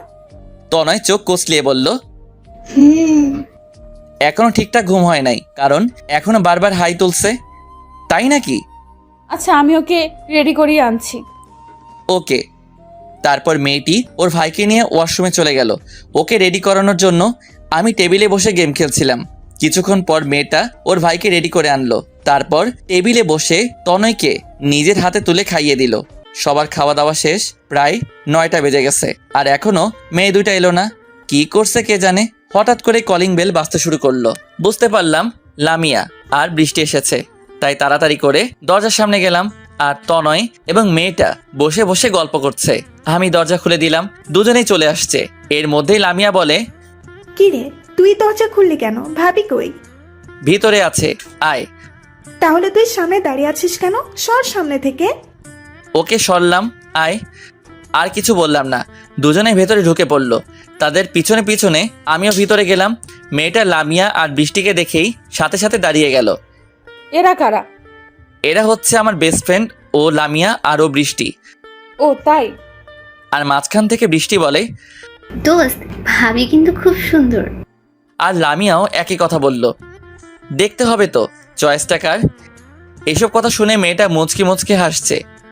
দোস্ত যা, তোরা ওকে রেডি করে নিয়ে আয়। রেডি করাবে মানে? কোথায় নিয়ে যাবে আমাকে? গেলেই বুঝতে পারবে। এখন যাও, তৈরি হয়ে নাও। দোস্ত যা, তোরা ওকে রেডি করে আন। অতপর মেয়েটি আর কোনো আপত্তি না করে লামিয়া আর বৃষ্টির সাথে চলে গেল পাশের রুমে। আমি তনয়কে কোলে করে নিয়ে পায়ে চারি করছি। ভাইয়া, আমরা কি আজকেও বাইরে যাব? যাবো তো, তোমার আপু রেডি হয়ে আসুক তারপর। কি মজা, কি মজা! আজকেও চকলেট খাবো। খাবে তো। আমার মনের মাঝে কেমন একটা ফিলিংস কাজ করছে। একটু ভয় হচ্ছে আব্বুর জন্য, কারণ ওনার বারণ করা সত্ত্বেও আমি এই বিয়েটা করছি। না জানি কি দুর্ঘটনা ঘটে। আব্বু এমনিতেই প্রেশারের রোগী, যদি একটা অঘটন ঘটে তাহলে নিজেকে কোনোদিনও ক্ষমা করতে পারবো না। কিছুক্ষণ পর মেয়েটা আর বন্ধুগুলো বেরিয়ে এলো। মেয়েটাকে দেখে আমার চোখ কপালে উঠে যাওয়ার মতো অবস্থা। আমার কেনা সেই নীল শাড়িটা ওকে পরানো হয়েছে, এত সুন্দর লাগছে যে বলার মতো ভাষা খুঁজে পাচ্ছি না। পুরো নীল পরীদের মতো দেখতে। আপনারা কেউ আবার নজর দিয়েন না, ওইটা বুকিং হয়ে গেছে। কি রে, ওইভাবে হা করে তাকিয়ে কি দেখছিস? বল, কেমন সাজাইলাম ভাবিকে? বলার মতো ভাষা খুঁজে পাচ্ছি না যে কি বলতাম। থাক, তোর কিছু বলতে হবে না। পরে বউকে পেয়ে আবার আমাদের ভুলে যাস না যেন। কি যে বলিস না তোরা। হয়েছে, আর ঢং দেখাতে হবে না। যা তুই রেডি হয়ে আয়। আর তোর কোলে এই বাচ্চাটাকে? ও ওর ভাই। ও আচ্ছা, তাই বল। আমি ভাবলাম অন্য কিছু। কি? কিছু না, যা রেডি হয়ে আয়। তারপর আমি তনয়কে ওর বোনের কোলে দিয়ে চলে গেলাম রেডি হতে। খুব বেশি দেরি না করে তাড়াতাড়ি রেডি হয়ে আসলাম। সেই পাঞ্জাবিটাই পরি যেটা গতকাল শপিং মল থেকে কিনে আনছিলাম। তারপর রেডি হয়ে বেরিয়ে আসলাম। মেয়েটা আমার দিকে তাকিয়ে আছে। দোস্ত, তোকে খুব সুন্দর লাগছে রে। ওই স্যার, পাম দিতে হবে না। লামিয়া তো ঠিকই বলেছে, তোকে খুবই সুন্দর লাগছে। ওকে, থ্যাংক ইউ। আমি মেয়েটার দিকে একবার তাকাইলাম, দেখলাম মিটিমিটি হাসতেছিল। তাই আর কিছু না বলে বেরিয়ে পড়লাম। গন্তব্য কাজী অফিস, যা শুধু আমি আর আমার বন্ধুরা জানে। মেয়েটা এখনও জানে না। ওকে এখনও বলিনি যে আজকে ওকে বিয়ে করব। সবাই গাড়িতে চড়ে বসলাম। কিছুক্ষণ পর কাজী অফিসে চলে আসলাম। মেয়েটা গাড়ি থেকে নেমে অবাক হয়ে আমার দিকে তাকিয়ে রইল কিছুক্ষণ। এখানে কেন আনলে? এখানে লোকে কেন আসে? মেয়েটি চুপ হয়ে গেল। বুঝতে পারলাম ওর খুব ভয় হচ্ছে। কেন তা আমি জানি না, কিন্তু ওর চোখ মুখে একটা ভয়ের ছাপ দেখতে পেরেছিলাম। কি হলো, চুপ করে আছো যে? না মানে কি বলবো বুঝতে পারছি না। তুমি আমাকে আগে বলনি কেন? আগে বললে তুমি কোনোদিনও রাজি হতে না, আমি জানি, তাই বন্ধুদের বলে সব ব্যবস্থা করে রাখছি। মেয়েটি আর কোনো কথা বলল না। তারপর চলে গেলাম ভিতরে। সবাই ভিতরে গিয়ে দেখলাম বন্ধুরা সব হাজির। মাঝখান থেকে রাকিব বলে, দোস্ত, ভাবি দেখতে কিন্তু সেই। হারামি, নজর দিবি না, তোর ভাবি লাগে।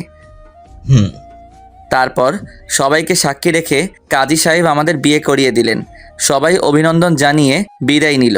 পরে আমি আর মেয়েটা গাড়িতে গিয়ে বসলাম। পুচকুটা ওর আপুর কোলে বসে আছে। মেয়েটার মুখের দিকে তাকিয়ে বুঝতে পারলাম ওর মধ্যে এখনও ভয় কাজ করছে।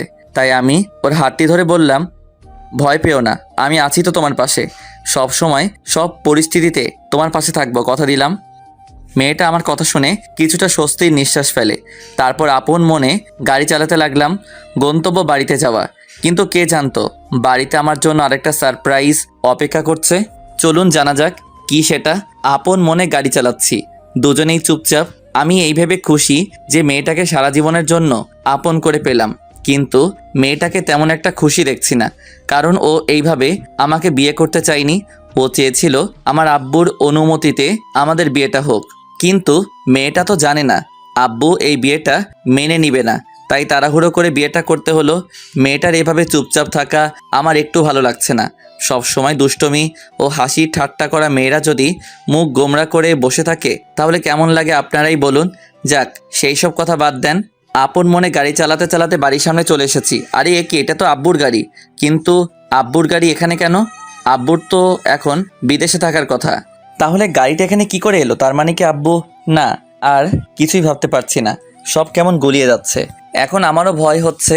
গেটের সামনে গাড়ি থামালাম। গাড়ির হর্ন শুনে দারোয়ান কাকা গেট খুলে দিল। ভেতরে গাড়ি দাঁড় করিয়ে গাড়ি থেকে নেমে দারোয়ান কাকাকে জিজ্ঞেস করলাম, কাকা কে এসেছে বাড়িতে? বড় সাহেব এসেছেন? আচ্ছা ঠিক আছে। দারোয়ান কাকা আবার গেটের সামনে চলে গেলেন। আব্বুর কথা শুনে আমার মাথায় আকাশ ভেঙে পড়ল। পায়ের তলা থেকে মাটি সরে গেল মনে হয়। মনের মধ্যে ভয়টা আরও দ্বিগুণ বেড়ে গেল। এখন কি করব? কিভাবে আব্বুকে রাজি করাবো?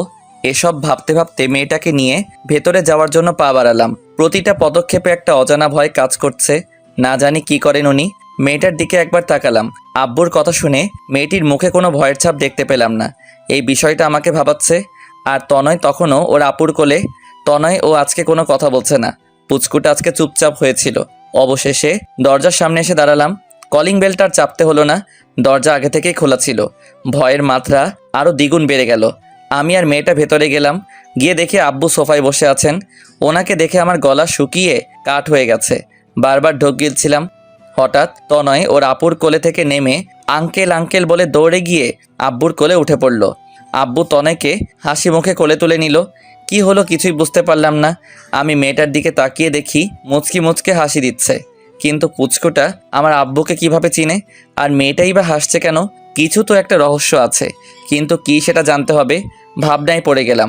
তনয়ের গলার আওয়াজ শুনে ভাবনার জগৎ থেকে ফিরে এলাম। আঙ্কুল আঙ্কুল, আপনি এতদিন কোথায় ছিলেন? তোমার জন্য চকলেট আনতে গেছিলাম, এই নাও তোমার চকলেট।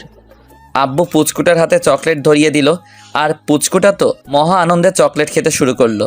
আব্বু তাকে সোফায় বসিয়ে দিল। তারপর আব্বু আমার সামনে আসলেন। রাগী লোক নিয়ে তাকিয়ে আছেন আমার দিকে। আমি ভয়ে মাথা নিচু করে ফেললাম। কিন্তু আব্বু তনয়কে কিভাবে চিনে তা এখন আমার অজানা রয়ে গেল। কিরে হতচ্ছাড়া, ভয় পাচ্ছিস? না মানে আব্বু সরি, আমাকে মাফ করে দাও। আমি তোমার অনুমতি ছাড়া বিয়েটা করতে চাইনি, কিন্তু আমি এই মেয়েটাকে ভালোবাসি, তাই তোমার পছন্দ করা মেয়েকে মেনে নিতে পারিনি। আরে হতচ্ছাড়া, ওইটা তো এমনি বলেছিলাম। আর এই বিয়েটা তোর না, আমার ইচ্ছেতে হয়েছে। আব্বুর কথা শুনে আমার মনের মধ্যে থাকা প্রশ্নের পাহাড়টা আরও বেড়ে গেল। আমি আব্বুর দিকে অবাক দৃষ্টিতে তাকিয়ে বললাম, মানে কি বলছো তুমি? তোমার ইচ্ছাতে হয়েছে মানে? মানে হচ্ছে এই সেই মেয়ে যাকে আমি তোর জন্য পছন্দ করেছিলাম, আর ওকে বলেছিলাম তোকে ওর ভালোবাসার ফাঁদে ফেলতে, তারপর বিয়ে করতে। আমি বললে তো আর বিয়ে করতি না, তাই আমি প্ল্যান করে তোদের দুজনে বিয়ে দিয়ে দিলাম। আব্বুর কথাটা শুনে আমার কী রকম রিয়্যাক্ট করা উচিত তা আমার জানা নেই। আমি মেয়েটির দিকে একবার তাকিয়ে দেখি ও মিটিমিটি হাসছে। আব্বু কি বলছো? কিছুই বুঝতে পারছি না, একটু বুঝিয়ে বলবে? এরপর আব্বু যা বলল তা শুনে আমার পুরো পৃথিবীটা ওলট পালট হয়ে গেল। বুঝলি না তো? আচ্ছা শোন তাহলে। তোর মনে আছে আজ থেকে 6 মাস আগে আমি ব্যবসার কাজে কুমিল্লায় গিয়েছিলাম? সেদিন আমার জীবনে সব থেকে খারাপ দিন ছিল। সেদিন প্রায় দুপুর 2টা বাজে গাড়ি চালাচ্ছিলাম। হঠাৎ আমার মাথাটা কেমন ঘুরতে শুরু করলো। আর তুই তো জানিস আমার এমনিতে প্রেশারের প্রবলেম আছে। তো সেদিন যখন মাথা ঘুরছিল তখন আমি গাড়ির উপর থেকে নিয়ন্ত্রণ হারিয়ে ফেলি। তো গাড়িটা মেন রোড থেকে ঘুরে সোজা ফুটপাতে উঠে যায়। সেখানে একজন ভদ্রমহিলা আর একজন ভদ্রলোক হাঁটছিল। নিজের অজান্তেই গাড়িটা ওনাদের উপর দিয়ে চলে যায়। আমি ব্রেক মারলাম, ততক্ষণে ওনারা দুইজনেই মৃত্যুবরণ করেছে। খোঁজ খবর নিয়ে ওনাদের বাড়িতে গেলাম। লাশ দুইটা দেখে তার পাশে দাঁড়িয়ে থাকা মেয়েটা কান্নায় ভেঙে পড়ে। সেদিন নিজেকে খুব বড় অপরাধী মনে হচ্ছিল রে। আমার জন্য 2টা বাচ্চা ছেলে মেয়ে এতিম হয়ে গেল। এর জন্য আমি নিজেকে আজও ক্ষমা করতে পারিনি, আর হয়তো কোনোদিনই পারবো না। আমি মেয়েটার আত্মীয় স্বজনদের সবকিছু খুলে বলি আর বলেছিলাম চাইলে ওনারা এখন আমাকে পুলিশে দিতে পারে। কিন্তু ওনারা খুবই লোভী প্রকৃতির লোক ছিলেন। ওনারা আমার কাছ থেকে টাকা নিয়ে আমাকে চলে যেতে বললেন। তখন আমার কোনো উপায় ছিল না ওনাদের কথা শোনা ছাড়া। তাই বাধ্য হয়ে ওনারা যা চেয়েছেন তাই করেছি। যাওয়ার আগে ওনাদের একবার বলেছিলাম ছেলে মেয়েদের আমি আমার সাথে করে নিয়ে যাই, ওনাদের সব ভরণ পোষণের দায়িত্ব আমি নেব। কিন্তু ওনারা সাপ মানা করে দিয়েছেন। তাই আর কিছু না বলে সেখান থেকে চলে গেলাম অফিসে। ঠিক তার কিছুদিন পর আমি কুমিল্লার একটা বাজারে গিয়েছিলাম একটু বাজার করতে। গিয়ে আমার সাথে দেখা হয় মেয়েটার। আমি তার কাছে সেদিন জিজ্ঞেস করেছিলাম সে কেমন আছে, কিভাবে আছে। তার আত্মীয় স্বজনরা তাকে ঠিক মতো খেয়াল রাখে তো? পরে মেয়েটা আমাকে সবকিছু খুলে বলে। তার কথা শুনে আমার চোখের পানি ধরে রাখতে পারিনি। নিজেকে নিজের কাছে ছোট মনে হয়েছিল। আজ আমার জন্য 2টা বাচ্চা ছেলে মেয়ের জীবন এইভাবে ধ্বংস হয়ে যাবে তা আমি কোনোদিনই মেনে নিতে পারবো না। তাই আমি তাকে বলেছিলাম আমার সাথে আসতে, কিন্তু সে তার আত্মীয় স্বজনদের ভয়ে কিছু করতে রাজি হচ্ছিল না। পরে আমি তাকে বলেছিলাম আমি তোমাকে প্রাপ্য মর্যাদা দিয়ে আমার বাড়িতে নিয়ে যাব, সাথে তোমার ভাইকেও। মেয়েটা কিছুতেই রাজি হচ্ছিল না। পরে তাকে অনেক বুঝিয়ে সুঝিয়ে একদিন রাতের অন্ধকারে মেয়েটাকে বাড়ি থেকে বের করে নিয়ে আসি ঢাকায়। সেদিন মেয়েটাকে কথা দিয়েছিলাম আজ থেকে তার ভাই এবং তার সবকিছুর দায়িত্ব আমার, আর সেদিনই তার সাথে তোর বিয়ে ঠিক করি। কিন্তু তুই যে বখাটে ছিলি, আমি বললেই তো কিছুতেই বিয়ে করতে রাজি হতিস না। তাই আমি মেয়েটিকে বলি তোকে তার প্রেমের ফাঁদে ফেলতে। আর মেয়েটাও তোকে প্রথম দেখেই লাইক করেছিল। তাই সেদিন রাতে ওকে তোর কাছে আমি পাঠিয়েছিলাম, কারণ আমি জানি তুই সেদিন রাতে গাড়ি নিয়ে যেতে ভুলে গেছিস। আর তুই কোন রাস্তা দিয়ে আসবি তা আমার ভালো করে জানা আছে। আর হ্যাঁ, ওর ভাই সত্যি অসুস্থ ছিল। পরে আমি তাকে আমাদের ফ্যামিলি ডাক্তারের ক্লিনিকে ভর্তি করি। আর তোর ডাক্তার আঙ্কেলও সবকিছু জানতো আগে থেকেই। এখন বুঝলি তোর ইচ্ছাই না, তুই আমার ইচ্ছায় বিয়ে করেছিস। আমি থ মেরে দাঁড়িয়ে রইলাম, কি বলবো বুঝতে পারছিলাম না। মেয়েটির দিকে তাকিয়ে দেখি মেয়েটা কাঁদছে। আব্বু তোমরা সবাই মিলে আমার সাথে এত বড় একটা গেম খেললে? খেললাম তো কি হয়েছে? তুই মেয়েটাকে ভালোবাসিস, আর এখন তো ও তোর বউ। ওর দিকে সবসময় খেয়াল রাখবি, ওর যাতে একটুও কষ্ট না হয়। আমার আর কিছু বলার নেই। তোর কিছু বলতে হবে না, যা বৌমাকে নিয়ে ভেতরে যা। আচ্ছা। এর মধ্যে মেয়েটা কাঁদতে কাঁদতে আব্বুকে জড়িয়ে ধরলো। আরে আরে, এ কি করছো? কাঁদছো কেন? কান্না থামাও, নতুন বউয়ের চোখে জল একদম মানায় না। মেয়েটি আরো জোরে জোরে কান্না করতে লাগলো। আব্বু তার চোখের পানি মুছে দিলেন আর বললেন, আর কোনোদিনও তোমাকে কাঁদতে হবে না। আমার জন্য তোমার জীবন থেকে অনেক কিছু হারিয়ে গেছে, পারলে আমাকে ক্ষমা করে দিও। এই কি করছেন আপনি? আমি তো আপনার কাছে আজীবন ঋণী হয়ে থাকবো, কারণ আমার মা বাবা বেঁচে থাকলেও হয়তো এতটা করতে পারতো না যতটা আপনি আমাদের 2 ভাই বোনের জন্য করেছেন। আজ হয়তো আমার মা বাবা আমাদের 2 ভাই বোনকে দেখে খুব খুশি যে আমরা একটা নতুন বাবা পেয়েছি, যিনি খুবই ভালো মানুষ আর মহান একজন ব্যক্তি। হয়েছে মা, থাক, আর বলতে হবে না। এখন বলো তো এই পাজিটা কি তোমাকে কষ্ট দিছে? আমার দিকে ইশারা দিয়ে বললেন, আমিও আজকে খুব খুশি। কেন জানি না, মনের মধ্যে খুশির ঝড় বয়ে গেল। বাবা, আপনার ছেলে আমাকে অনেক জ্বালাইছে। কি সত্যি? আচ্ছা দাঁড়াও, এ হতচ্ছাড়া এদিকে আয়। আমার দিকে তাকিয়ে ডাক দিলেন। আমি সামনে গেলাম, মনের মধ্যে খুশিতে ডিস্কো ড্যান্স দিতেছি। জি আব্বু বলো। এক্ষুনি বৌমার কাছে ক্ষমা চা বলছি। কি করলাম আবার? ক্ষমা চাইবো কেন? তুই বৌমাকে কষ্ট দিয়েছিস, তার জন্য ক্ষমা চা। অবশেষে বাধ্য হয়ে তার কাছে সরি বলতে হলো। দেখতে দেখতে রাত হয়ে গেল। আব্বু আমাদের দুজনের জন্য একটা রুম আলাদাভাবে সাজালো, আর তনয়কে নিয়ে উনি ওনার সাথে নিচের রুমে গেলেন। অবশেষে বাসর ঘরে ঢুকে পড়লাম। বাসর ঘরে ঢুকে আমার চোখ কপালে উঠে গেল। মেয়েটা এখন আবার কালো বোরকা পরিধান করে খাটের উপর বসে আছে। কি ব্যাপার, হঠাৎ বোরকা পড়লা যে? নামাজ পড়তে হবে তাই। যাও গিয়ে রেডি হয়ে আসো, দুজনে একসাথে নামাজ পড়বো। আমি আর কোনো আপত্তি না করে ওযু সেরে আসলাম। তারপর দুজনে নামাজ পড়লাম। নামাজ শেষে দুজনেই বিছানায় বসে আছি। কি হলো, কথা বলছো না কেন? কি আর বলবো, তোমার মতো একটা হ্যাবলা মার্কা ছেলেকে বিয়ে করে আমার কপাল পুড়লো। আমি তো অবাক। মানে কি? মানে তুমি আমাকে একটু ভালোবাসো না, আদরও করো না, তাই। ও তাই বুঝি। তা আমার বোরকাওয়ালিকে একটু দেখি, তারপর আদর করব। দেখে নাও। আমি আস্তে করে হাত বাড়িয়ে তার মুখের কাপড় তুলে দিলাম। মনে হলো স্বর্গের কোনো পরী আমার সামনে বসে আছে। নিজেকে সামলাতে পারছি না, ওর গালে হাত দিতেই বলে উঠলো, এই কি করছো? একদম দুষ্টুমি করবে না। দুষ্টুমি না, একটু ভালোবাসবো। তারপর আমি ওর বুকের উপর শুয়ে পড়লাম। Light off. পরে তাদের ভিতরে যেটা হয়েছে সেইটা জানতে চাইলে বিয়া কইরা ফালান।